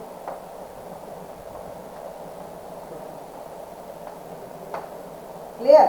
দেখ ভালো করে, এইটা হচ্ছে গিয়ে ভালো করে দেখ, যেটা দেখা যায় যে এই জিনিসটার নাম হচ্ছে গিয়ে the intensity distribution curve of black body radiation. Clear? Clear? মানে এমিটেড যে ব্ল্যাক রেডিয়েশনটা এলো, এই জায়গাটা খুব ভালো করে বোঝার চেষ্টা করবি, এই জায়গাটা খুব ভালো করে বোঝার চেষ্টা করবি, ঠিক আছে? কনসেন্ট্রেশন দিয়ে দেখ, এমিটেড যে ব্ল্যাক রেডিয়েশনটা বেরোলো ওই ফেরিস ব্ল্যাক বডি থেকে, সেটাকে প্রপার্টিটা অ্যানালাইজ করলে কি দেখা যায়? দেখা যায় হচ্ছে এই intensity distribution curve of the black body radiation, মানে ওই এমিটেড রেডিয়েশনটার মধ্যে সমস্ত সমস্ত প্রবাবল ফ্রিকোয়েন্সিজ প্রেজেন্ট। ক্লিয়ার? মানে ইলেকট্রোম্যাগনেটিক ওয়েভের কি কি ফ্রিকোয়েন্সি হতে পারে আমরা দেখেছিলাম, দ্য ইলেকট্রোম্যাগনেটিক ওয়েভের স্পেকট্রাম দেখেছিলাম ক্লাস 11 এ, ঠিক আছে? কিরকম দেখেছিলাম? আমরা দেখেছিলাম হচ্ছে খুব লো ফ্রিকোয়েন্সি ইএম ওয়েভ কি রেডিও ওয়েভ, তারপর কি মাইক্রোওয়েভ, তারপরে কি আছে ইনফ্রারেড রিজিয়নের ওয়েভ, ঠিক আছে? তারপরে কি আসে ভিজিবল রিজিয়নের ওয়েভ, যেটাকে লাইট বলি আমরা, ভিজিওর, ঠিক আছে? তারপরে কি আসে হাই ফ্রিকোয়েন্সি ওয়েভ আল্ট্রাভায়োলেট, তারপরে কি আসে এক্স রে, তারপর গামা রে, তারপর কসমিক রে। এরকম আমরা একটা লম্বা প্যাটার্ন দেখেছিলাম, ঠিক আছে? Frequency range of electromagnetic waves দেখেছিলাম। আমরা যে এমিটেড রেডিয়েশনটা পাই, ভালো করে মাথায় ঢুকিয়ে নে জিনিসটা, ব্ল্যাক বডি থেকে যে এমিটেড রেডিয়েশনটা পাই তার মধ্যে দেখা যায় সমস্ত সমস্ত ওয়েভলেন্থ গুলো প্রেজেন্ট আছে, মানে ইলেকট্রোম্যাগনেটিক ওয়েভের যত ওয়েভলেন্থ পসিবল সব প্রেজেন্ট আছে। রেডিও ওয়েভের ওয়েভলেন্থও প্রেজেন্ট আছে, গামারের ওয়েভলেন্থও প্রেজেন্ট আছে, ভিজিওরও প্রেজেন্ট আছে, ইনফ্রারেডও প্রেজেন্ট আছে, আবার সমস্ত ওয়েভলেন্থ গুলোই প্রেজেন্ট আছে, এক্স রেও প্রেজেন্ট আছে, আবার কসমিক রেজেরও প্রেজেন্ট আছে, মানে সমস্ত ওয়েভলেন্থের ইএম ওয়েভ গুলোই প্রেজেন্ট আছে ওই এমিটেড ব্ল্যাক রেডিয়েশনের মধ্যে। ক্লিয়ার? ওকে, এইবার but the important thing is প্রত্যেকটা ওয়েভলেন্থ যতটা পরিমাণ এনার্জি ক্যারি করছে সেই এনার্জিটা সবকটার ক্ষেত্রে সেম নয়। ক্লিয়ার? মানে দেখা যায় যখন ওয়েভলেন্থটা খুব ছোট, ঠিক আছে, মানে ধর আল্ট্রাভায়োলেটের ক্ষেত্রে কি ফ্রিকোয়েন্সি হাই, ওয়েভলেন্থ ছোট খুব, ঠিক আছে, বা গামা রে বা কসমিক রে এগুলোর ক্ষেত্রে কি, বা এক্স রে এগুলোর ক্ষেত্রে কি, ওয়েভলেন্থ খুব ছোট, ফ্রিকোয়েন্সি খুব হাই। দেখা যায় এই সমস্ত ওয়েভলেন্থের যে ইএম ওয়েভ, সেটা যতটা এনার্জি ক্যারি করছে ওই এমিটেড ব্ল্যাক রেডিয়েশনটার মধ্যে যতটা এনার্জি ক্যারি করছে সেই এনার্জিটা খুব কম, খুব কম, ঠিক আছে? ক্লিয়ার? তারপর দেখা যায় ওই অপটিক্যাল বা ভিজিবল রেঞ্জের যে ইএম রেডিয়েশন, সেই ল্যামডার যতটা এনার্জি ক্যারি করছে তার থেকে সামান্য বেশি। ক্লিয়ার? ফাইনালি দেখা যায় ইনফ্রারেড রিজিয়নের যে ওয়েভলেন্থ সেটা ম্যাক্সিমাম এনার্জি ক্যারি করছে। ক্লিয়ার? আবার যখন ওয়েভলেন্থ অনেক বেড়ে যায়, মানে রেডিও ওয়েভস, মাইক্রোওয়েভস, ওই সমস্ত গুলো যখন ওয়েভলেন্থ খুব বেড়ে যাচ্ছে, সেই সমস্ত ওয়েভগুলো আবার খুব মানে স্মল অ্যামাউন্ট অফ এনার্জি কি করছে, ক্যারি করছে। তাহলে ম্যাক্সিমাম এনার্জিটাই ক্যারি করে কে, ওই ইনফ্রারেড রিজিয়নের ইলেকট্রোম্যাগনেটিক ওয়েভটা। ক্লিয়ার? তাই জন্য ব্ল্যাক রেডিয়েশনের থেকে আমরা যেটা পাই, সেটার যে জিনিসটা পাই সেটাকে আমাদের মনে হয় as a whole thermal radiation বা ইনফ্রারেড রিজিয়ন রেডিয়েশন, মানে হিট, রেডিয়েন্ট হিট পাই। ক্লিয়ার? মানে জিনিসটাকে আমি একটা এক্সাম্পল দিয়ে বোঝাই, জিনিসটা তোর মাথায় ঢোকাটা খুব জরুরি। ধর তোর ওই ভালো করে জিনিসটা বোঝার চেষ্টা করবি, ধর তোর ওই যে এমিটেড রেডিয়েশনটা বেরিয়ে এলো ফেরিস ব্ল্যাক বডি থেকে, যে এমিটেড রেডিয়েশনটা তোর বেরিয়ে এলো, ঠিক আছে, ওই ছোট্ট অরিফিসটা দিয়ে, ঠিক আছে, ধর সেটা 100 ইউনিট এনার্জি তোর বেরিয়ে এসছে, ঠিক আছে? ক্লিয়ার? বুঝতে পারলাম? হ্যাঁ, এবারে এই 100 ইউনিট এনার্জিটা সমস্ত ওয়েভলেন্থের মধ্যে ডিস্ট্রিবিউটেড, ঠিক আছে? ক্লিয়ার? এবার ওই বলোমিটার বলে অ্যাপারেটাসটা, সেটা দিয়ে তুই অ্যানালাইজ করে দেখলি এই 100 ইউনিট এনার্জির মধ্যে 0.01 অ্যামাউন্ট অফ এনার্জি গামা রে ক্যারি করছে, 0.1 এনার্জি এক্স রে ক্যারি করছে, ধর তোর 1 এই এনার্জি আল্ট্রাভায়োলেট ক্যারি করছে, ঠিক আছে, ক্লিয়ার, ওকে। আর দেখলি তোর 2 amount of energy, 2 unit of amount, মানে 0.01 ইউনিট অফ অ্যামাউন্ট করছে গামা রে, 0.1 করছে ইউভি, 1 করছে অপটিক্যাল রেঞ্জ, এক্স রে, এগুলো করছে, ঠিক আছে। ধর ভিজিওর বা ভিজিবল রেঞ্জ বা 2 ইউনিট এনার্জি ক্যারি করছে, ক্লিয়ার। আর দেখলি ইনফ্রারেড রিজিয়নের এটা 96 ইউনিট অফ এনার্জি ক্যারি করছে, ক্লিয়ার, ওকে, ফাইন। আবার তুই দেখলি একই রকম ভাবে যে মাইক্রোওয়েভস করছে 0.1 ইউনিট অফ এনার্জি, ঠিক আছে, ক্লিয়ার, বা তোর কি বলে রেডিও ওয়েভস করছে হচ্ছে ধর তোর 0.01 ইউনিট অফ এনার্জি, এরকম, ক্লিয়ার। তাহলে তুই টোটাল যে 100 ইউনিট অফ এনার্জির মধ্যে তুই কোন ওয়েভলেন্থটাকেই দেখতে পাবি, শুধু চোখে এই ইনফ্রারেড রিজিয়নের ওয়েভটাকে, ঠিক আছে, ক্লিয়ার। তাই জন্য তোর ব্ল্যাক বডি এমিটেড ব্ল্যাক রেডিয়েশনের মধ্যে তুই যেটা প্রিভ্যালেন্ট, যেটা তুই দেখতে পাস, সেটা হচ্ছে থার্মাল রেডিয়েশন, হিট। বোঝা গেল, ক্লিয়ার। তাহলে এবার দেখ, তাহলে প্রত্যেকটা ল্যামডার সাথে করসপন্ডিং একটা করে ই ল্যামডার ভ্যালু পাবি না, ক্লিয়ার, ওকে। প্রত্যেকটা এগুলো হচ্ছে ই ল্যামডার ভ্যালু, মানে প্রত্যেকটা ল্যামডা কত করে এনার্জি ক্যারি করছে, ক্লিয়ার, ওকে। মানে ধর কি, ধর তুই এইভাবে ভাব গামা রে, তাহলে কি ল্যামডা গামা, ধর, ঠিক আছে, ঠিক আছে, এর করসপন্ডিং কি এনার্জিটা 0.01, ঠিক আছে, ক্লিয়ার, ওকে। তাহলে সেটা হচ্ছে গিয়ে তুই বল ই ল্যামডা গামা, বুঝতে পারলি, ক্লিয়ার, ওকে। ঠিক সেরকম ভাবে তুই ধর একটা হচ্ছে ধর ল্যামডা ইনফ্রারেড, এর মধ্যে কত 96, এটা হচ্ছে ই, এই 96 ইউনিট অফ এনার্জিটা হচ্ছে ই ল্যামডা ইনফ্রারেড, ঠিক আছে, ক্লিয়ার। 0.01 টা হচ্ছে ই ল্যামডা গামা, এরকম, ঠিক আছে। তাহলে প্রত্যেকটা ল্যামডার করসপন্ডিং তুই একটা করে ই ল্যামডা পাবি না, ক্লিয়ার। তাহলে ই ল্যামডা ভার্সেস ল্যামডা একটা গ্রাফ টানতে পারবি না, এই কার্ভটাকেই বলে intensity distribution curve of black body radiation. বোঝা গেল, ক্লিয়ার। মানে ইন্টেন্সিটি ডিস্ট্রিবিউশন মানেটা কি, মানে how the total energy of the emitted black radiation is distributed among intensity. বোঝা গেল, distributed among wavelengths, সরি, ঠিক আছে। তার মানে বিভিন্ন ওয়েভলেন্থের মধ্যে কিভাবে energy or intensity of the black radiation is distributed. বোঝা গেল, ক্লিয়ার, ওকে। তাহলে আমরা কি কি দুটো জিনিস বুঝতে পারলাম intensity distribution curve of black body radiation থেকে? যে দুটো জিনিস বুঝতে পারলাম, একটা হচ্ছে এমিটেড ব্ল্যাক রেডিয়েশনের মধ্যে অল পসিবল কি থাকে, ওয়েভলেন্থ থাকে, ঠিক আছে। এমিটেড ব্ল্যাক রেডিয়েশনের মধ্যে সমস্ত পসিবল ওয়েভলেন্থ গুলো প্রেজেন্ট থাকে, ক্লিয়ার। আর দ্বিতীয়টা শিখতে পারলাম কি, প্রত্যেকটা ওয়েভলেন্থের করসপন্ডিং যে এনার্জি ক্যারি সেটা আলাদা আলাদা হয়, ক্লিয়ার, ওকে। প্রত্যেকটা ওয়েভলেন্থ যে অ্যামাউন্ট অফ এনার্জি ক্যারি করছে সেটা হচ্ছে ই ল্যামডা, সেটা আলাদা আলাদা হয়, clear.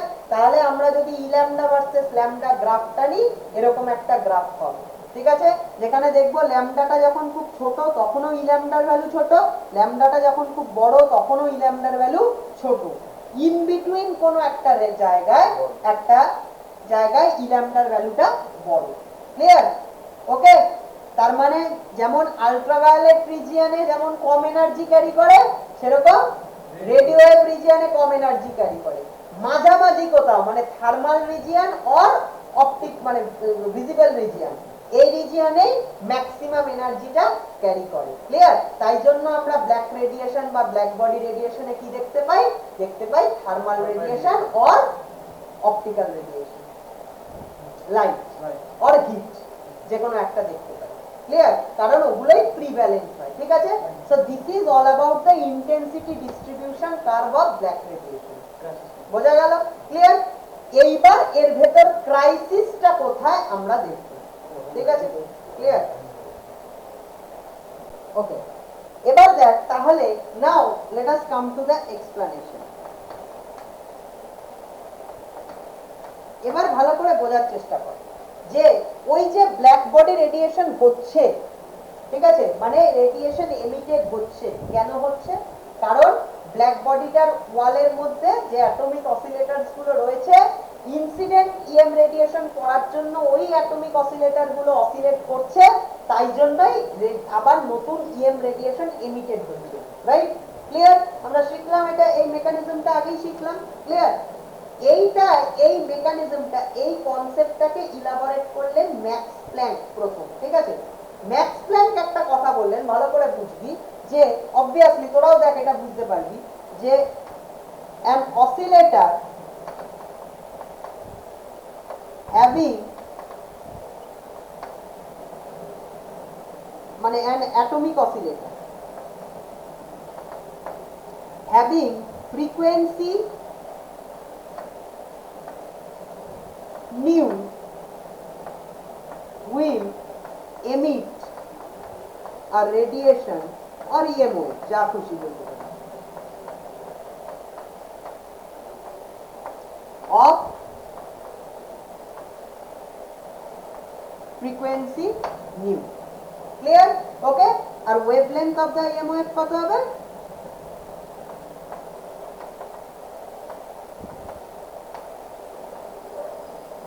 wavelength of the EMF কত হবে? lambda equals to c by nu. Clear? Okay, তার মানে এবার দেখ তোর এইটাও এই কনসেপ্টটাও ক্লিয়ার হয়ে গেল যে তোর এই যে কথাটা ছিল যে আচ্ছা তাহলে ওর মধ্যে ওই ব্ল্যাক বডিটার সমস্ত পসিবল ওয়েভলেন্থের ইএমএফ কি করে রেডিয়েট করছে। ক্লিয়ার? ওই একটা অ্যাটমিক অসিলেটর, একটা অসিলেটর থেকে তো তৈরি হচ্ছে ওয়েভটা। ভালো করে এবার একটু ভিজুয়ালাইজ করতো, ভালো করে ইমাজিন করতো। অসিলেটরটার যা ফ্রিকোয়েন্সি হবে, ওই যে ওয়েভটা তৈরি হবে তার ফ্রিকোয়েন্সিও তাই হবে না? হ্যাঁ, তুই চিন্তা কর, মানে ধর তুই এইভাবে চিন্তা কর, ধর তুই একটা পুকুরে এরকম করে হাত অসিলেট করছিস, আর পুকুরে কি তৈরি হচ্ছে? ওয়েভস তৈরি হচ্ছে। ক্লিয়ার? রাইট? মানে অসিলেশন তৈরি হচ্ছে। এবার তুই চিন্তা করতে তোর হাতের যা অসিলেশন আর যে তোর হাতের যা ফ্রিকোয়েন্সি, সেই ফ্রিকোয়েন্সিতে ওয়েভ তৈরি হবে না? একই না? তাই না? বুঝতে পারছিস জিনিসটা? তার মানে ওই অসিলেটিং ইলেকট্রিক ডাইপোল, সেখান থেকে ওয়েভ তৈরি হচ্ছে, মানে ইলেকট্রোম্যাগনেটিক রেডিয়েশন এমিটেড হচ্ছে ব্ল্যাক বডির মধ্যে থেকে। তাহলে অসিলেটর গুলোর ফ্রিকোয়েন্সি যদি নিউ হয়, তাহলে সেটা কি নিউ ফ্রিকোয়েন্সির একটা কি ইএম রেডিয়েশন এমিট করবে। ক্লিয়ার? আর তার ওয়েভলেন্থ কত হবে? ইএম এর তোর ইএম ওয়েভের ভেলোসিটি কত? Velocity of light c। ঠিক আছে? তাহলে velocity of the wave by frequency equal to কি? Wavelength. That will be the wavelength of the emitted EM wave or EM radiation. এবার তুই চিন্তা কর, ওই যে ক্যাভিটি ওয়ালটা, ক্যাভিটি ওয়ালের মধ্যে ওই যে ব্ল্যাক বডিটার ক্যাভিটি ওয়ালটা, ওই ক্যাভিটি ওয়ালের মধ্যে কি রয়েছে? ওই ব্ল্যাক বডিটার ক্যাভিটি ওয়ালের মধ্যে কি রয়েছে? অনেক অ্যাটমিক অসিলেটর রয়েছে। ক্লিয়ার? তারা তো সবাই একই ফ্রিকোয়েন্সিতে অসিলেট করছে না, তারা সবাই ডিফারেন্ট ডিফারেন্ট ফ্রিকোয়েন্সিতে অসিলেট করছে। তাহলে কি ডিফারেন্ট ডিফারেন্ট ফ্রিকোয়েন্সির ইএমএফ তৈরি করবে না? বুঝতে পারলি? ওই ক্যাভিটি ওয়ালের মধ্যে অ্যাটমিক অসিলেটর গুলো তো সবাই একই ফ্রিকোয়েন্সিতে অসিলেট করছে না, ডিফারেন্ট ফ্রিকোয়েন্সিতে অসিলেট করছে। তার মানে ডিফারেন্ট ফ্রিকোয়েন্সির ইএম ওয়েভ জেনারেট করছে। ক্লিয়ার? ওকে, তার মানে ডিফারেন্ট ওয়েভলেন্থের ইএম ওয়েভ জেনারেট করছে। ক্লিয়ার? তাই জন্য ওই এমিটেড ব্ল্যাক রেডিয়েশনের মধ্যে আমরা ডিফারেন্ট ডিফারেন্ট কি পাচ্ছি? ওয়েভলেন্থ পাচ্ছি। ক্লিয়ার? বোঝা গেল? ওকে, এই জায়গা থেকে একটা জিনিস বললেন ম্যাক্স প্ল্যাঙ্ক। ম্যাক্স প্ল্যাঙ্ক বললেন first, Max Planck prove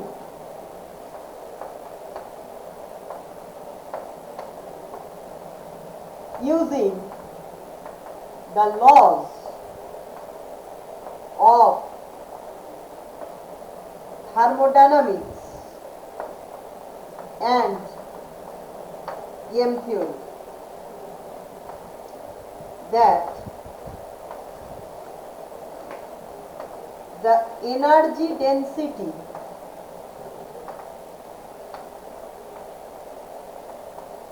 corresponding to an EM wave having wavelength lambda is u lambda is equal to 8 pi by lambda by 4 average E. Clear? Okay. Where average E is the average energy of the atomic oscillators having frequency mu. ঠিক আছে? Clear? Okay. Having wavelength lambda and frequency mu লিখে দিতে পারি। ঠিক আছে? Clear? ভালো করে জিনিসটা বোঝার চেষ্টা কর। ম্যাক্স প্ল্যাঙ্ক, হ্যাঁ?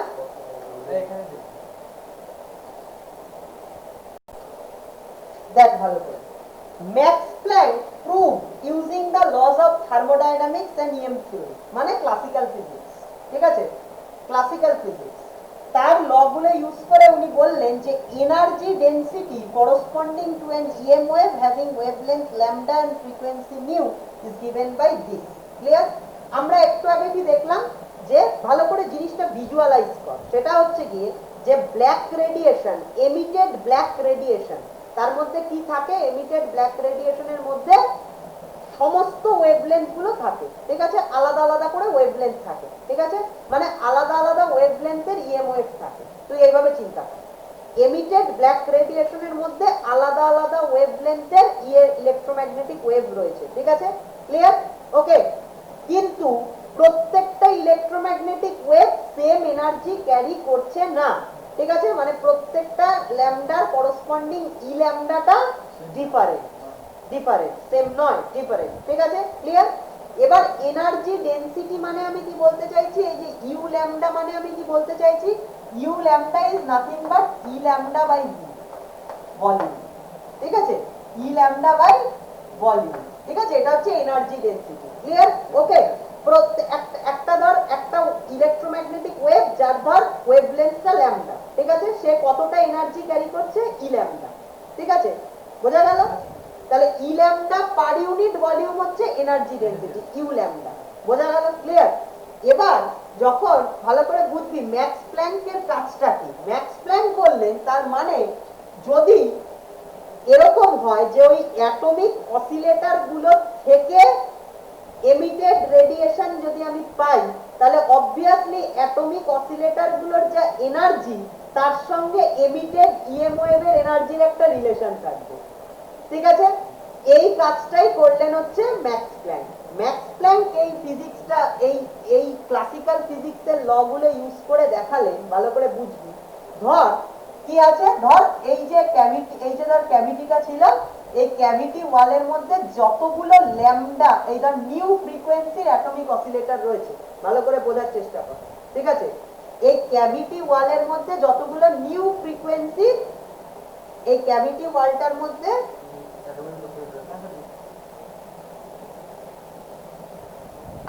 এই ক্যাভিটি ওয়ালটার মধ্যে যতগুলো নিউ ফ্রিকোয়েন্সির অ্যাটমিক অসিলেটর রয়েছে, ঠিক আছে, সবগুলো কি করবে? নিউ ফ্রিকোয়েন্সির ইলেকট্রোম্যাগনেটিক ওয়েভ জেনারেট করবে। ঠিক আছে? নিউ ফ্রিকোয়েন্সির ইলেকট্রোম্যাগনেটিক ওয়েভ মানে তাদের ওয়েভলেন্থ কত হবে? ল্যামডা। ফ্রিকোয়েন্সি নিউ হলে ওয়েভলেন্থ কত হবে? ল্যামডা। বোঝা গেল? ঠিক আছে? ওকে। এবারে এর মধ্যে থাকা নিউ ফ্রিকোয়েন্সির অ্যাটমিক অসিলেটর গুলো নিউ ফ্রিকোয়েন্সির EM ওয়েভ জেনারেট করবে, যাদের ওয়েভলেন্থ হবে ল্যামডা। ঠিক আছে? সেই ইলেকট্রোম্যাগনেটিক ওয়েভ যার ওয়েভলেন্থ ল্যামডা, সে কতটা এনার্জি ক্যারি করছে পার ইউনিট ভলিউমে? U lambda. ভালো করে বোঝ। এই যে ওয়ার্ল্ডটার মধ্যে নিউ ফ্রিকোয়েন্সি কতগুলো, মানে যত অ্যাটমিক অসিলেটর নিউ ফ্রিকোয়েন্সি থাকবে, ঠিক আছে, এই ক্যাভিটি ওয়ালের মধ্যে নিউ ফ্রিকোয়েন্সির যত অ্যাটমিক অসিলেটর থাকবে, ঠিক আছে, তারা কত ফ্রিকোয়েন্সির EM ওয়েভ জেনারেট করবে? New frequency. তাদের ওয়েভলেন্থ কত হবে? ল্যামডা। ঠিক আছে? তার মানে এর মধ্যে নিউ ল্যামডা ওয়েভলেন্থের যে ইএম ওয়েভ থাকবে সে পার ইউনিট ভলিউমে কতটা এনার্জি ক্যারি করবে, ইউ ল্যামডা। বোঝা গেল? Okay, u lambda equal to Max Planck এটা প্রুভ করলেন, ম্যাক্স প্ল্যাঙ্ক এটা প্রুভ করলেন, u lambda will be equal to 8 pi by lambda 4 average E. এই অ্যাভারেজ ই মানে কি? অ্যাভারেজ ই মানে এই ক্যাভিটি ওয়ালের মধ্যে যতগুলো নিউ ফ্রিকোয়েন্সির অ্যাটমিক অসিলেটর রয়েছে, বুঝতে পারলি?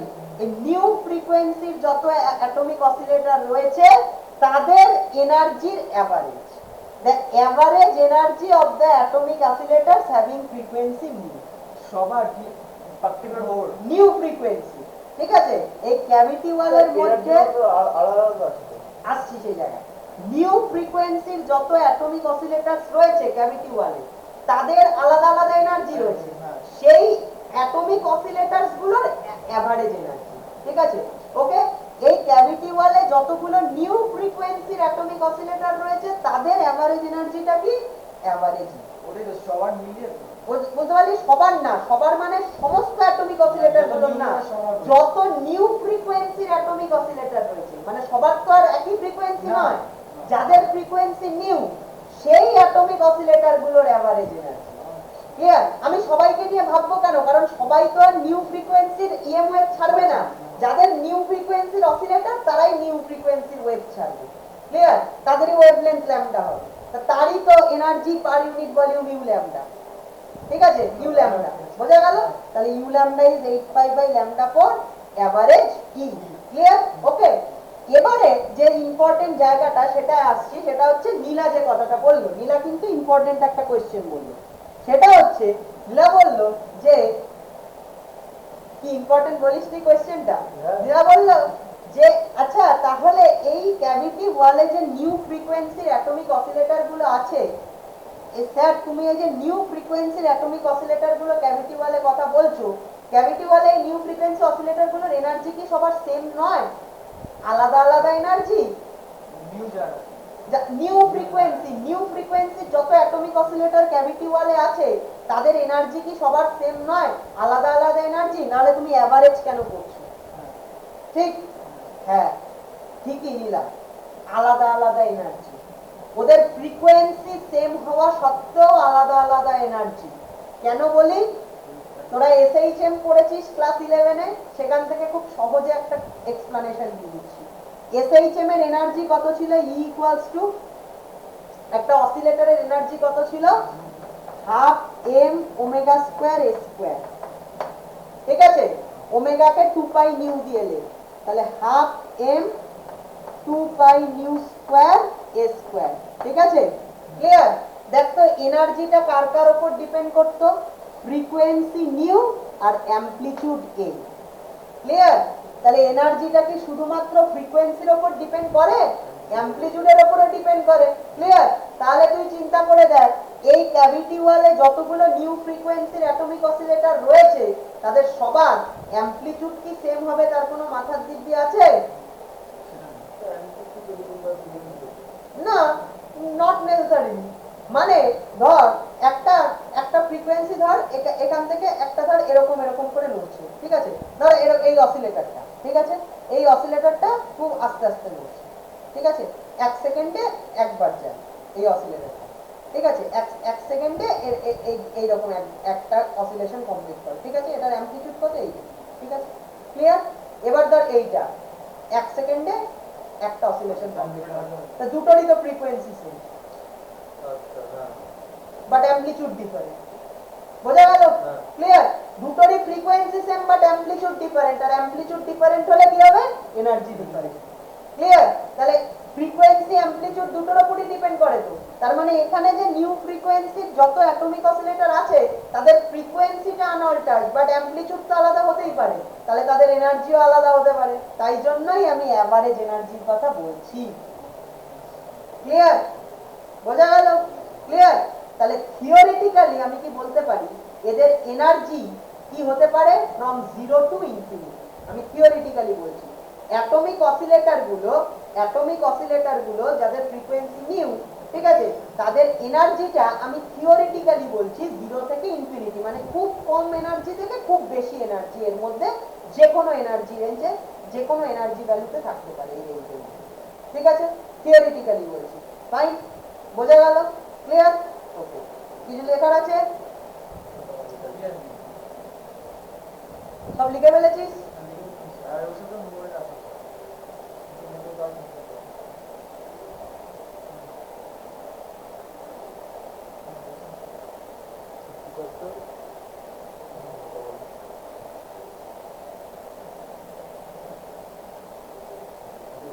ক্লিয়ার? ওকে, এইবার আমরা আসি যাই তাহলে। নাও we shall calculate the average energy, ঠিক আছে, ভালো করে দেখবি। ওকে, fine. the number of atomic oscillators,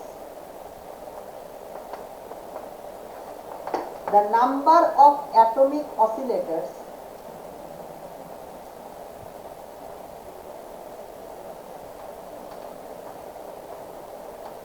having energy from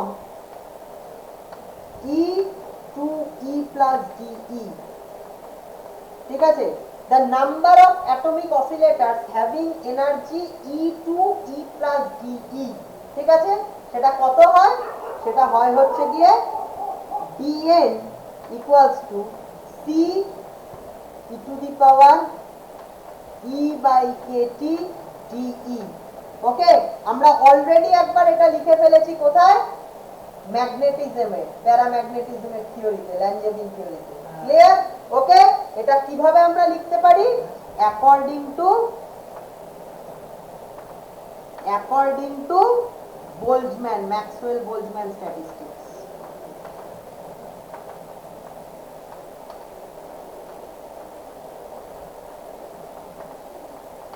এটাও কিন্তু ক্লাসিক্যাল স্ট্যাটিস্টিক্স, মানে ক্লাসিক্যাল ফিজিক্সের আন্ডারে পড়ছে। ঠিক আছে, ক্লিয়ার? মানে according to Maxwell Boltzmann statistics আমরা কি পেয়েছিলাম? দেখ, আমরা দেখেছিলাম যে নাম্বার অফ অ্যাটমিক অসিলেটরস, ভালো করে দেখবি, number of atomic oscillators from E to E plus DE will be given by this, clear, where C is the constant, K is the Boltzmann constant, and T is the temperature। ঠিক আছে, clear? এক্ষুনি তোরা কি বলেছিস?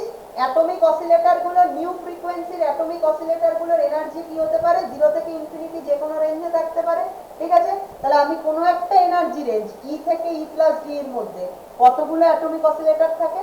এতগুলো। কে বললো এটা? According to Maxwell Boltzmann statistics. বোঝা গেল? ক্লিয়ার? ওকে,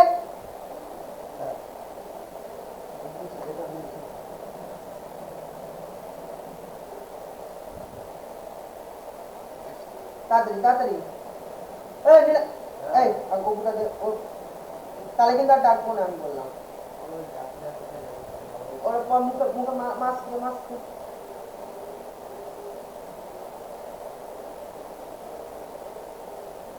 কি রে?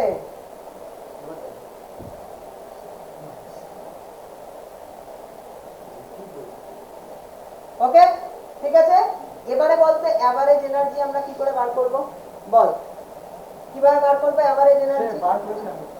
এই দেখ, ধর, ভালো করে দেখ, ধর E1 এনার্জি কতগুলো, ভালো করে তোরা বলবি আমাকে, ঠিক আছে? ধর টোটাল কতগুলো অ্যাটমিক অসিলেটর আছে হ্যাভিং এনার্জি নিউ, ধর n খান, ঠিক আছে? ক্লিয়ার? টোটাল কতগুলো ই রয়েছে, অ্যাটমিক অসিলেটর রয়েছে হ্যাভিং ফ্রিকোয়েন্সি নিউ ফ্রিকোয়েন্সি ওয়ালা অ্যাটমিক অসিলেটরের সংখ্যা ধর ক্যাপিটাল N খানা। ঠিক আছে, ক্লিয়ার? তার মধ্যে ধর Dn1 খানা অ্যাটমিক অসিলেটর, তাদের এনার্জি কত করে? E1 করে। ঠিক আছে, ক্লিয়ার? Dn2 খানা অ্যাটমিক অসিলেটর আছে যাদের এনার্জি কত করে? E2 করে। ক্লিয়ার? এরকম করে ডট ডট ডট। ঠিক আছে, ক্লিয়ার? তাহলে বলতো তুই সমস্ত এই n খানা নিউ ফ্রিকোয়েন্সি ওয়ালা অ্যাটমিক অসিলেটরের এভারেজ এনার্জি কি করে বার করবি? কিভাবে বার করবি দেখ তো, আমি লিখছি তোরা বলবি। E1 dn1 plus E2 dn2 plus dot dot dot by dn1 plus dn2 plus dot dot dot. Clear? এভাবে না? দেখ এখানে কি প্রত্যেকটা অ্যাটমিক অসিলেটরের এনার্জি কত করে? E1 করে। তাহলে dn1 খানা অ্যাটমিক অসিলেটরের এনার্জি কত? E1 dn1। এখানে প্রত্যেকটার E2 করে, তাহলে dn2 খানার কত? E2 dn2। এরকম করে সবাইকে সাম করে দিলে তুই কি পাবি? Total energy by dn1 dn2 এগুলো সাম করলে কি পাবি? Total number of oscillator. তা total energy by total number of oscillator, এটাই কি এভারেজ এনার্জি না? ঠিক আছে, মানে প্রত্যেকটা অ্যাটমিক অসিলেটরের এভারেজ এনার্জি ই এভারেজ। ঠিক আছে, তাহলে এটাকে কিভাবে লেখা যায়? এটাকে কিভাবে লেখা যায়? Integral EDN by integral. Clear? Okay, একটু আগে আমরা dn এর ভ্যালু কত দেখলাম? c e to the power minus e by kt de, right? Clear? By কত হবে? c e to the power minus e by kt। Clear? Okay, তাহলে এবার বল আমরা এখানে কি লিখতে পারি? তাহলে কি লিখতে পারি? এভারেজ ই বল কি লিখতে পারি? c দুটো কি উপরে আর নিচে কেটে যায়? c দুটো তো কনস্ট্যান্ট, কনস্ট্যান্ট মানে can be taken out of the integral, আর উপর নিচে কেটে যাবে নিউমারেটর ডিনোমিনেটরে। তাহলে পড়ে কি থাকবে? Integral e to the power minus e by kt de by integral e to the power minus e by kt de। ঠিক আছে, এনার্জি রেঞ্জ কোথা থেকে কত অবধি? 0 to infinity. Clear? Okay fine. এবার দেখ এটা লিখেছিস? ওখানে মুছে লিখে দেবে না? আচ্ছা, তাহলে এবার দেখ, তাহলে এবারে ইন্টিগ্রেশন দুটো কিভাবে সলভ করবি? ইন্টিগ্রেশন দুটো কিভাবে সলভ করবি? Let e by kt is equals to z। Clear? Let e by kt equal to z। তাহলে e equals to কি? kt z। তাহলে d equals to কত? kt dz। ক্লিয়ার? এবার এই ভ্যালুটা তুই এখানে পুট করে দে। তাহলে তুই কি লিখতে পারবি? এভারেজ ই মানে কি? 0 টু ইনফিনিটি। ই এর জায়গায় কি লিখবি? kt z e to the power minus z। আবার d মানে কি লিখবি? kt dz by 0 to infinity কি লিখবি? e to the power minus z kt dz। Clear? তাহলে এভারেজ ই মানে তুই কি লিখবি? এখান থেকে kt স্কয়ার বাইরে বার করে দে ইন্টিগ্রেশনের কনস্ট্যান্ট, আর এখানে নিচে হবে এর ইন্টিগ্রেশন হবে 0 to infinity z e to the power minus z dz by এখানে কি হবে? kt টা বাইরে বার করে দে, তাহলে পড়ে থাকবে কি? 0 to infinity e to the power minus z dz। Clear? Okay, এবার এই ইন্টিগ্রেশন দুটো কি করে সলভ করবি? 0 টু ইনফিনিটি এটা লেখা আছে এদিকটা।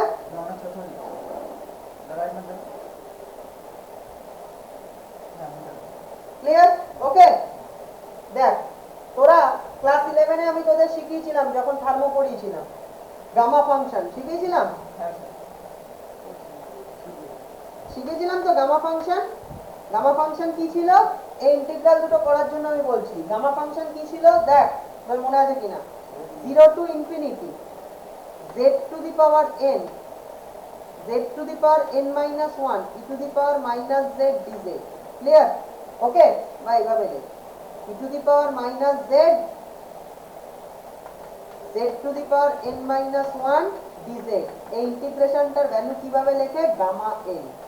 ঠিক আছে, ক্লিয়ার? বলেছিলাম প্রপার্টিজ কি ছিল? প্রপার্টিজ কি ছিল? Gamma n plus 1 is equals to কত? n gamma n। ঠিক আছে, গামা 1 ইকুয়ালস টু কত ছিল? 1, আর গামা হাফ ইকুয়ালস টু কত ছিল? গামা হাফ ইকুয়ালস টু কত ছিল রুট পাই। ঠিক আছে, ক্লিয়ার? ওকে, এটা ছিল, মনে আছে? এখন আর লিখতে হবে?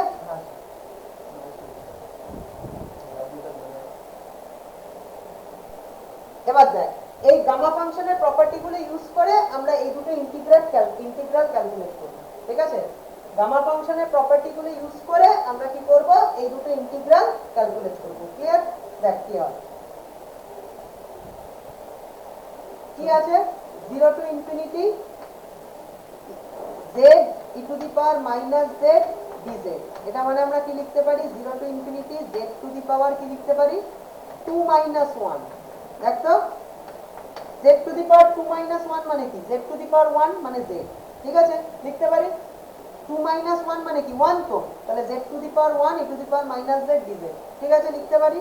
এটা মানে কি হয়, গামা 2। ঠিক আছে, গামা 2 মানে কি, গামা 1 প্লাস 1। ক্লিয়ার? তার মানে এটা ইকুয়ালস টু কি 1 গামা 1, তাই তো? 1 গামা 1, গামা 1 এর ভ্যালু কত, 1। তাহলে আলটিমেটলি কত আসছে, ইন্টিগ্রালটার ভ্যালু 1। ক্লিয়ার? ডান? এবার বল তাহলে পরের ইন্টিগ্রালটার ভ্যালু কত হবে, 2। 0 to infinity e to the power minus z dz। এটার ভ্যালু কত লিখবো, দেখ এটা ইকুয়ালস টু কত লিখতে পারি বল, 0 to infinity z to the power 1 minus 1 e to the power minus z dz লিখতে পারি। ক্লিয়ার? 1 মাইনাস 1 মানে কি 0, z টু দি পাওয়ার 0 মানে কি 1, তাহলে শুধু 1 হয়ে গেল e to the power minus z dz। লিখতে পারি? ক্লিয়ার? তাহলে এখান থেকে আমরা কি লিখতে পারি, এটা ইকুয়ালস টু তাহলে কত হয়, বাই ডেফিনেশন গামা 1। ঠিক আছে, গামা 1 এর ভ্যালু কত, 1।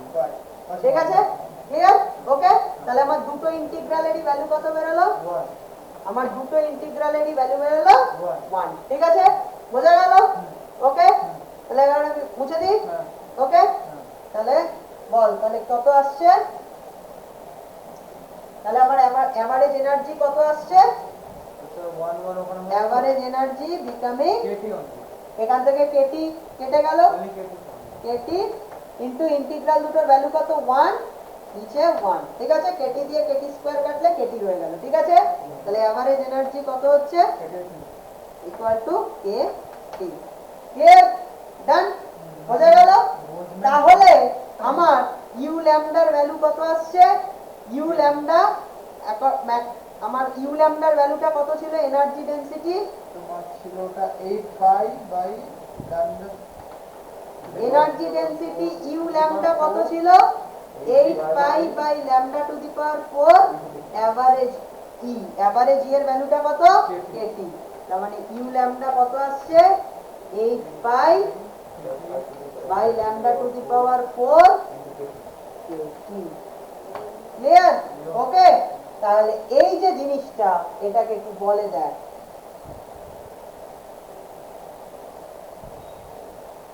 u lambda equals to 8 pi kt by lambda to the power 4, এটাকেই বলে রেলে জিন্স ল, আর জে ল। ঠিক আছে, this is known as the Rayleigh-Jeans law for the intensity distribution of black body radiation। ঠিক আছে, or black body radiation, intensity distribution of black radiation। বোঝা গেল? Clear? ওকে, এইবারে দেখ মজাটা, যখন ল্যামডা টেন্ডস টু ইনফিনিটি তখন কি হয়, u lambda tending to 0। Fine? Clear? তার মানে ভালো করে একবার দেখতো গ্রাফটা, u lambda versus lambda graph কেমন হবে।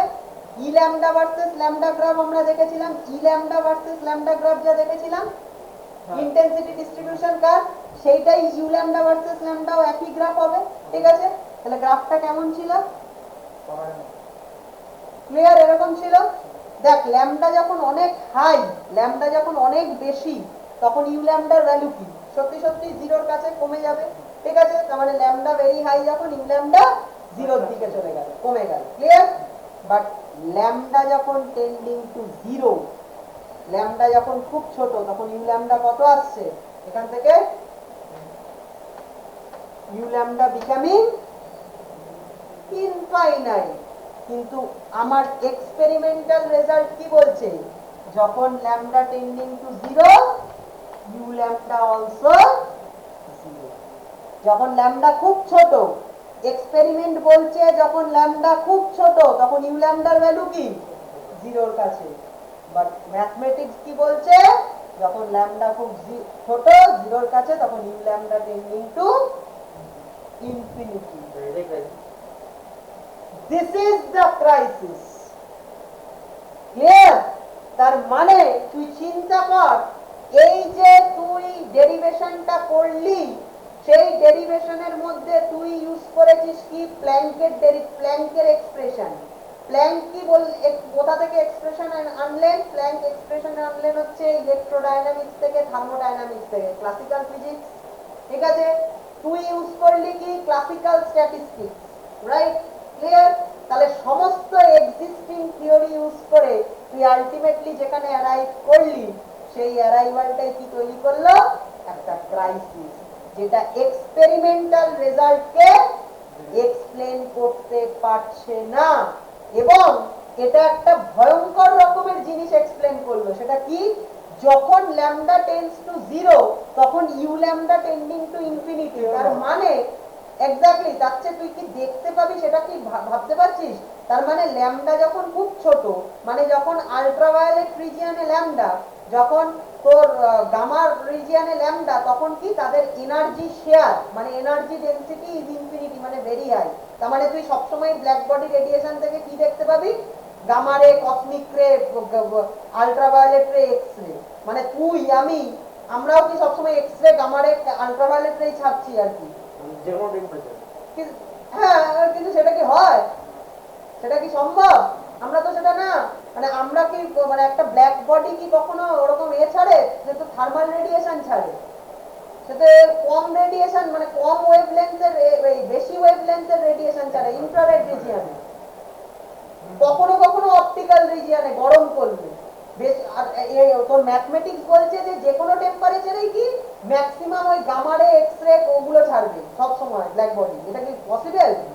তাহলে আমাদের এক্সপেরিয়েন্সের থেকে কমপ্লিটলি ডিফার করে যাচ্ছে।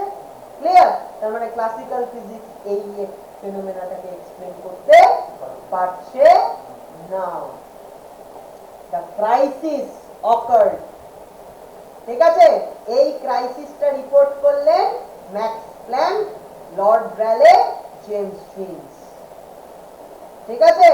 যে ক্লাসিক্যাল ফিজিক্স এই ঘটনাটা ব্যাখ্যা করতে, এক্সপ্লেন করতে পারছে না। ঠিক আছে? এর একটা নাম আছে, এটাকে বলে হচ্ছে, এই যে কেসটা, ল্যামডা টেন্ডিং টু যখন জিরো, তখন U lambda tending to infinity, এটাকে বলে আল্ট্রাভায়োলেট ক্যাটাস্ট্রফি। কি বলে? Ultraviolet catastrophe. ঠিক আছে? This is known as the ultraviolet catastrophe. কেন বলে? আল্ট্রাভায়োলেটের ল্যামডা কি খুব ছোট। ঠিক আছে? তার মানে খুব স্মল ল্যামডা, মানে আল্ট্রাভায়োলেট রিজিয়নে এই যে U lambda tending to infinity হয়ে যাচ্ছে তোর ম্যাথমেটিক্সে, অরিজিনালি তো সেটা হয় না, এক্সপেরিমেন্টে, এক্সপেরিয়েন্স তো সেটা বলে না। ক্লিয়ার? তাহলে এই যে ডিসপ্যারিটিটা হচ্ছে, এই disparity between the experiment and the theoretical part, এই ডিসপ্যারিটিটা হচ্ছে কোথায়? ল্যামডা টেন্ডিং টু জিরো রিজিয়নে। ল্যামডা টেন্ডিং টু ইনফিনিটি রিজিয়নে এই ডিসপ্যারিটিটা হচ্ছে না, ওখানে সব ঠিক আছে, অ্যাকর্ডেন্সের কোনো প্রবলেম নেই। কিন্তু প্রবলেমটা হচ্ছে ল্যামডা টেন্ডিং টু জিরো রিজিয়নে, আল্ট্রাভায়োলেট রিজিয়নে, স্মল ওয়েভলেন্থ রিজিয়নে। তাই জন্য এটার নাম হচ্ছে আল্ট্রাভায়োলেট ক্যাটাস্ট্রফি। ঠিক আছে? So this ultraviolet catastrophe in explaining the intensity distribution curve of black radiation is probably the first crisis reported in the field of classical physics. বোঝা গেল? ক্লিয়ার? প্রশ্ন করতে হবে। এরপরে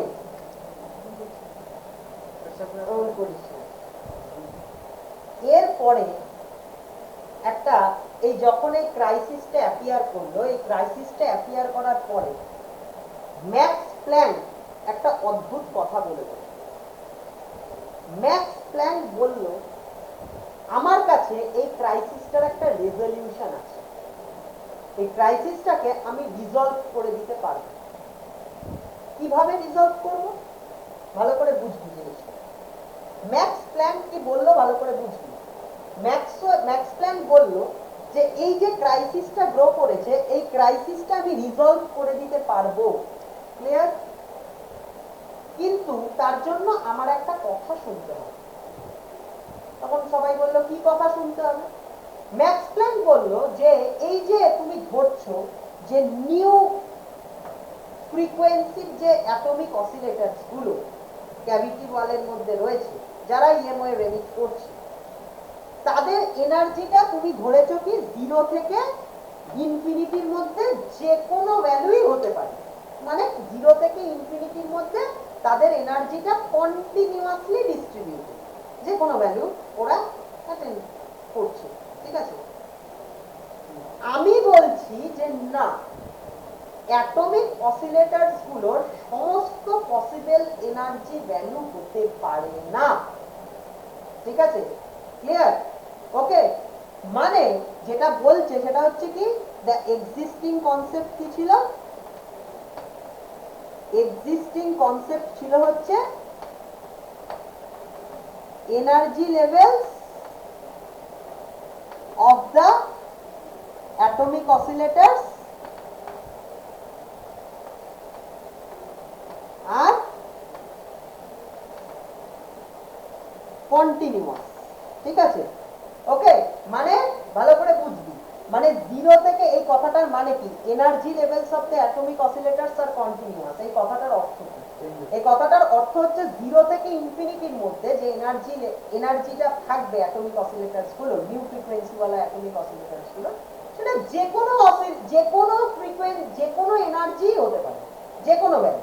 ঠিক আছে? মানে 0.1, 0.01, তারপরে 1, 2, 2.1, 2.25, যা খুশি, যে কোনো ভ্যালু 0 থেকে ইনফিনিটি অবধি যে কোনো ভ্যালু অ্যাটেন্ড করতে পারে।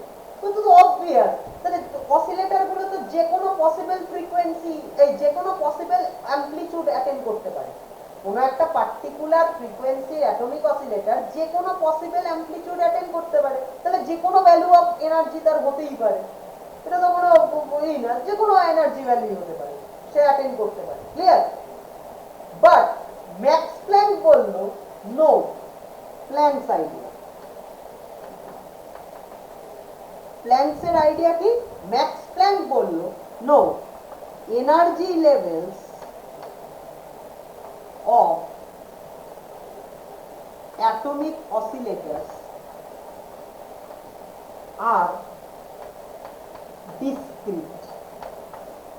মানে ভালো করে বুঝবি, মানে অল এনার্জি লেভেলস, ভালো করে বোঝ, অ্যাটমিক অসিলেটর গুলো যে কোনো এনার্জি লেভেল অ্যাটেন্ড করতে পারবে না। মানে অ্যাটমিক অসিলেটরস গুলোর যে কোনো এনার্জি ভ্যালু গ্রান্টেড নয়, যে কোনো এনার্জি ভ্যালু অ্যাটমিক অসিলেটরস গুলো দিতে পারবে না। কতগুলো discrete allowed value of energy রয়েছে, সেই অ্যালাউড এনার্জি ভ্যালুগুলোই পারমিটেড। ক্লিয়ার? ভালো করে বুঝ। ঠিক আছে? মানে উনি বললেন, ম্যাক্স প্ল্যাঙ্ক বললেন যে তাহলে, এবার লোকে বললো যে তাহলে কোন এনার্জি ভ্যালুগুলো পারমিটেড আর কোনগুলো নয় সেটা বলো। ম্যাক্স প্ল্যাঙ্ক তখন বলল যে energy of an atomic oscillator having frequency nu will be বা can be proportional to nu। ঠিক আছে? can না, will be proportional to nu। ঠিক আছে? ক্লিয়ার? ভালো করে বল, will be proportional to nu। energy of an atomic oscillator having frequency nu will be proportional to nu. That is E proportional to nu. E equals to h nu. H is a proportionality constant called the Planck's constant. Clear? So h is the Planck's constant, the proportionality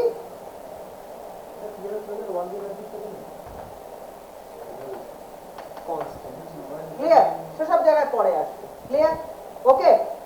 এবার বললো যে nth energy level, the nth energy level of the atomic oscillator will be nh nu.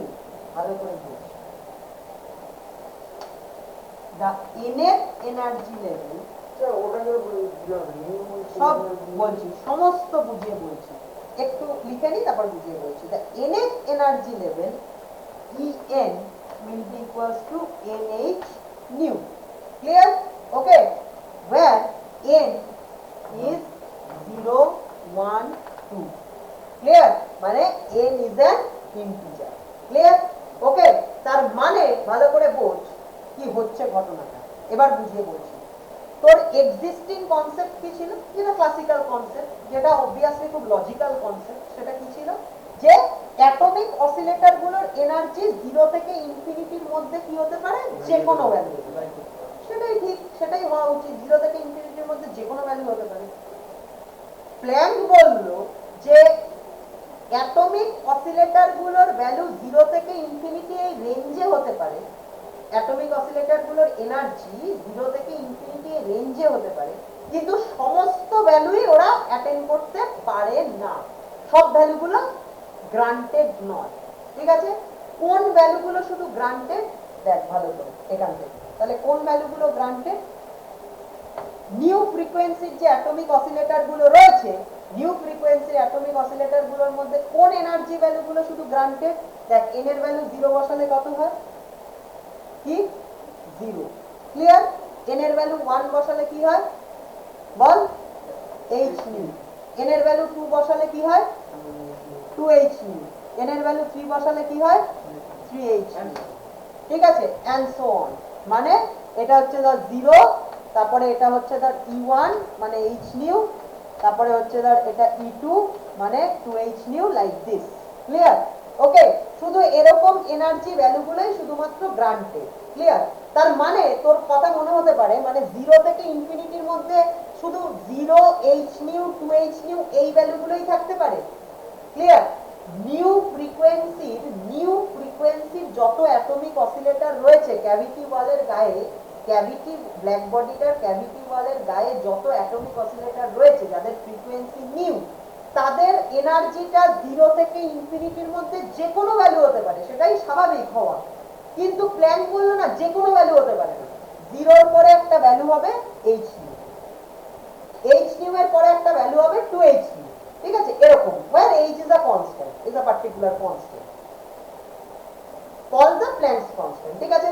তার মানে 0 থেকে h nu এর মাঝখানে এই 0.5 h nu সেই ভ্যালুটা হতে পারে না, বা 0.3 h nu সেই ভ্যালুটা হতে পারে না, 0.7 h nu সেই ভ্যালুটা হতে পারে না। একদম শুধুমাত্র 0 এর পর h nu, আবার h nu এর পরে একদম 2h nu, মাঝখানে কোনো ভ্যালু হতে পারে না। ক্লিয়ার? ওকে, এরকম ডিসক্রিট এনার্জি ভ্যালুগুলো অ্যাজিউম করতে পারে অ্যাটমিক অসিলেটরগুলো। 0 থেকে ইনফিনিটি এই এনার্জি রেঞ্জের মধ্যে যে কোনো এনার্জি ভ্যালু অ্যাটমিক অসিলেটরগুলো অ্যাজিউম করতে পারে না। শুধুমাত্র এরকম ডিসক্রিট 0 এর পর h nu, তারপর 2h nu, তারপর 3h nu এই ভ্যালুগুলোই শুধু অ্যাজিউম করতে পারে। ওয়েল h একটা যে কোনো কনস্ট্যান্ট, আপাতত ওর ভ্যালু নিয়ে মাথা ঘামাতে হবে না তোকে। ঠিক আছে? তার মানে নিউ, ভালো করে দুটো পার্থক্যটা বোঝার চেষ্টা কর, রিয়েলাইজ কর। নিউ ফ্রিকোয়েন্সির অ্যাটমিক অসিলেটর, ঠিক আছে, তাদের এনার্জি 0 থেকে ইনফিনিটির মধ্যে যে কোনো কিছু হতে পারে। এটা ছিল existing concept, which was quite logical। প্ল্যাঙ্কের কনসেপ্ট কি? প্ল্যাঙ্ক বলল না, 0 থেকে ইনফিনিটি অবধি এনার্জি রেঞ্জ থাকবে, সেটা ঠিক আছে, বাট 0 থেকে এনার্জি অবধি যে কোনো এনার্জি ভ্যালু অ্যাজিউম করতে পারবে না নিউ ফ্রিকোয়েন্সি ওয়ালা অ্যাটমিক অসিলেটর। ওরা শুধু কোন এনার্জি ভ্যালুগুলো অ্যাজিউম করতে পারবে? জিরো, তারপর এইচ নিউ, তারপর 2h নিউ, তারপর 3h নিউ, এরকম। ঠিক আছে, where h is some constant, called the Planck's constant, or value ভাবতে হবে, ঠিক আছে, ক্লিয়ার? মানে 0 আর h নিউ এর মাঝখানে আর কোনো এনার্জি ভ্যালুতে অ্যাটমিক অসিলেটর থাকতে পারবে না। h নিউ 2h নিউ এর মাঝখানে কোনো এনার্জি ভ্যালুতে অ্যাটমিক অসিলেটর থাকতে পারবে না।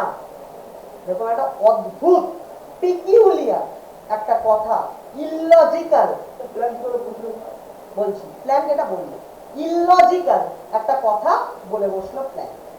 ঠিক আছে, প্ল্যাঙ্ককে সবাই কোয়েশ্চেন করলো, আপনি কি করে বুঝলেন? কেন এরকম অদ্ভুত কথা বলছেন? এরকম কথার কোনো মানে আছে নাকি? এনার্জি যা খুশি হতে পারে, যে কোনো প্রবাবল অ্যামপ্লিটিউডে অসিলেট করতে পারে। অ্যাটমিক অসিলেটর যে কোনো প্রবাবল অ্যামপ্লিটিউডে অসিলেট করতে পারে, এনার্জি ভ্যালু যা খুশি অ্যাজিউম করতে পারে। আপনি এরকম একটা অদ্ভুত প্রপোজাল কেন দিচ্ছেন? প্ল্যাঙ্ক বলল, আমি নিজেও জানি না। প্ল্যাঙ্কের অ্যান্সারটা ঠিক এটাই ছিল। প্ল্যাঙ্ক বলল, আমি নিজেও জানি না আমি কেন দিচ্ছি, এবং আমার প্রপোজালটা সম্পূর্ণ অ্যাবসার্ড পিকিউলিয়ার, আমি সেটা জানি। ক্লিয়ার? কিন্তু যদি আমার কথা শোনো তাহলে তোমার প্রবলেমটা রিজলভ হয়ে যাবে। মানে ব্ল্যাক বডি রেডিয়েশনের যে প্রবলেমটা সেটা রিজলভ হয়ে যাবে যদি আমার কথা শোনো। আমার কথাটার কোনো লজিক নেই, আমি শুধু বলছি। একদম গোজামি, একদম গোজামি to that extent. Clear? Planck বললো এটা আমার, ম্যাক্স প্ল্যাঙ্ক বললো এটা আমার কথা, এই কথাটা যদি তুমি নাও তাহলে তোমার প্রবলেমটা রিজলভ হয়ে যাবে। কিন্তু এই কথাটা তুমি কেন নেবে সেই লজিকটা তুমি আমাকে জিজ্ঞাসা করো না, কারণ আমি নিজেও সেই লজিকটা জানি না। ক্লিয়ার? ওকে, বোঝা গেল? পরবর্তী সময় শিখবি যে এটাকেই বলতো অ্যাডহক হাইপোথিসিস, যখন কোয়ান্টাম ফিজিক্স বলতো এটাকে, কোয়ান্টাম মেকানিক্স তখনও আসে। ঠিক আছে, এই the birth of quantum physics এখান থেকে স্টার্ট হচ্ছে। ঠিক আছে, এরপরে কোয়ান্টাম মেকানিক্স আসবে। এই যে কথাটা, এই যে লজিক, ল্যাক অফ লজিক, তাই জন্যই কোয়ান্টাম ফিজিক্স থেকে কোয়ান্টাম মেকানিক্স তৈরি করেছিল শ্রোডিঙ্গার আর হাইজেনবার্গ। ঠিক আছে, ক্লিয়ার? ওকে, এদের এই ম্যাক্স প্ল্যাঙ্ক কোয়ান্টাম ফিজিক্স তৈরি করলো, কিন্তু তার মধ্যে কোনো লজিক ছিল, পুরোটাই হচ্ছে অ্যাডহক হাইপোথিসিস। মানে আমার কথা যদি মেনে নাও তাহলে তোমার প্রবলেম রিজলভ হবে, কিন্তু কথাটা কেন মানবে তার কোনো লজিক তুমি আমাকে জিজ্ঞাসা করতে পারবে না, কারণ আমি নিজেও জানি না। একদম ইলজিক্যাল অ্যাবসার্ড কথা বলছি, আমি নিজেও জানি। ঠিক আছে, ক্লিয়ার?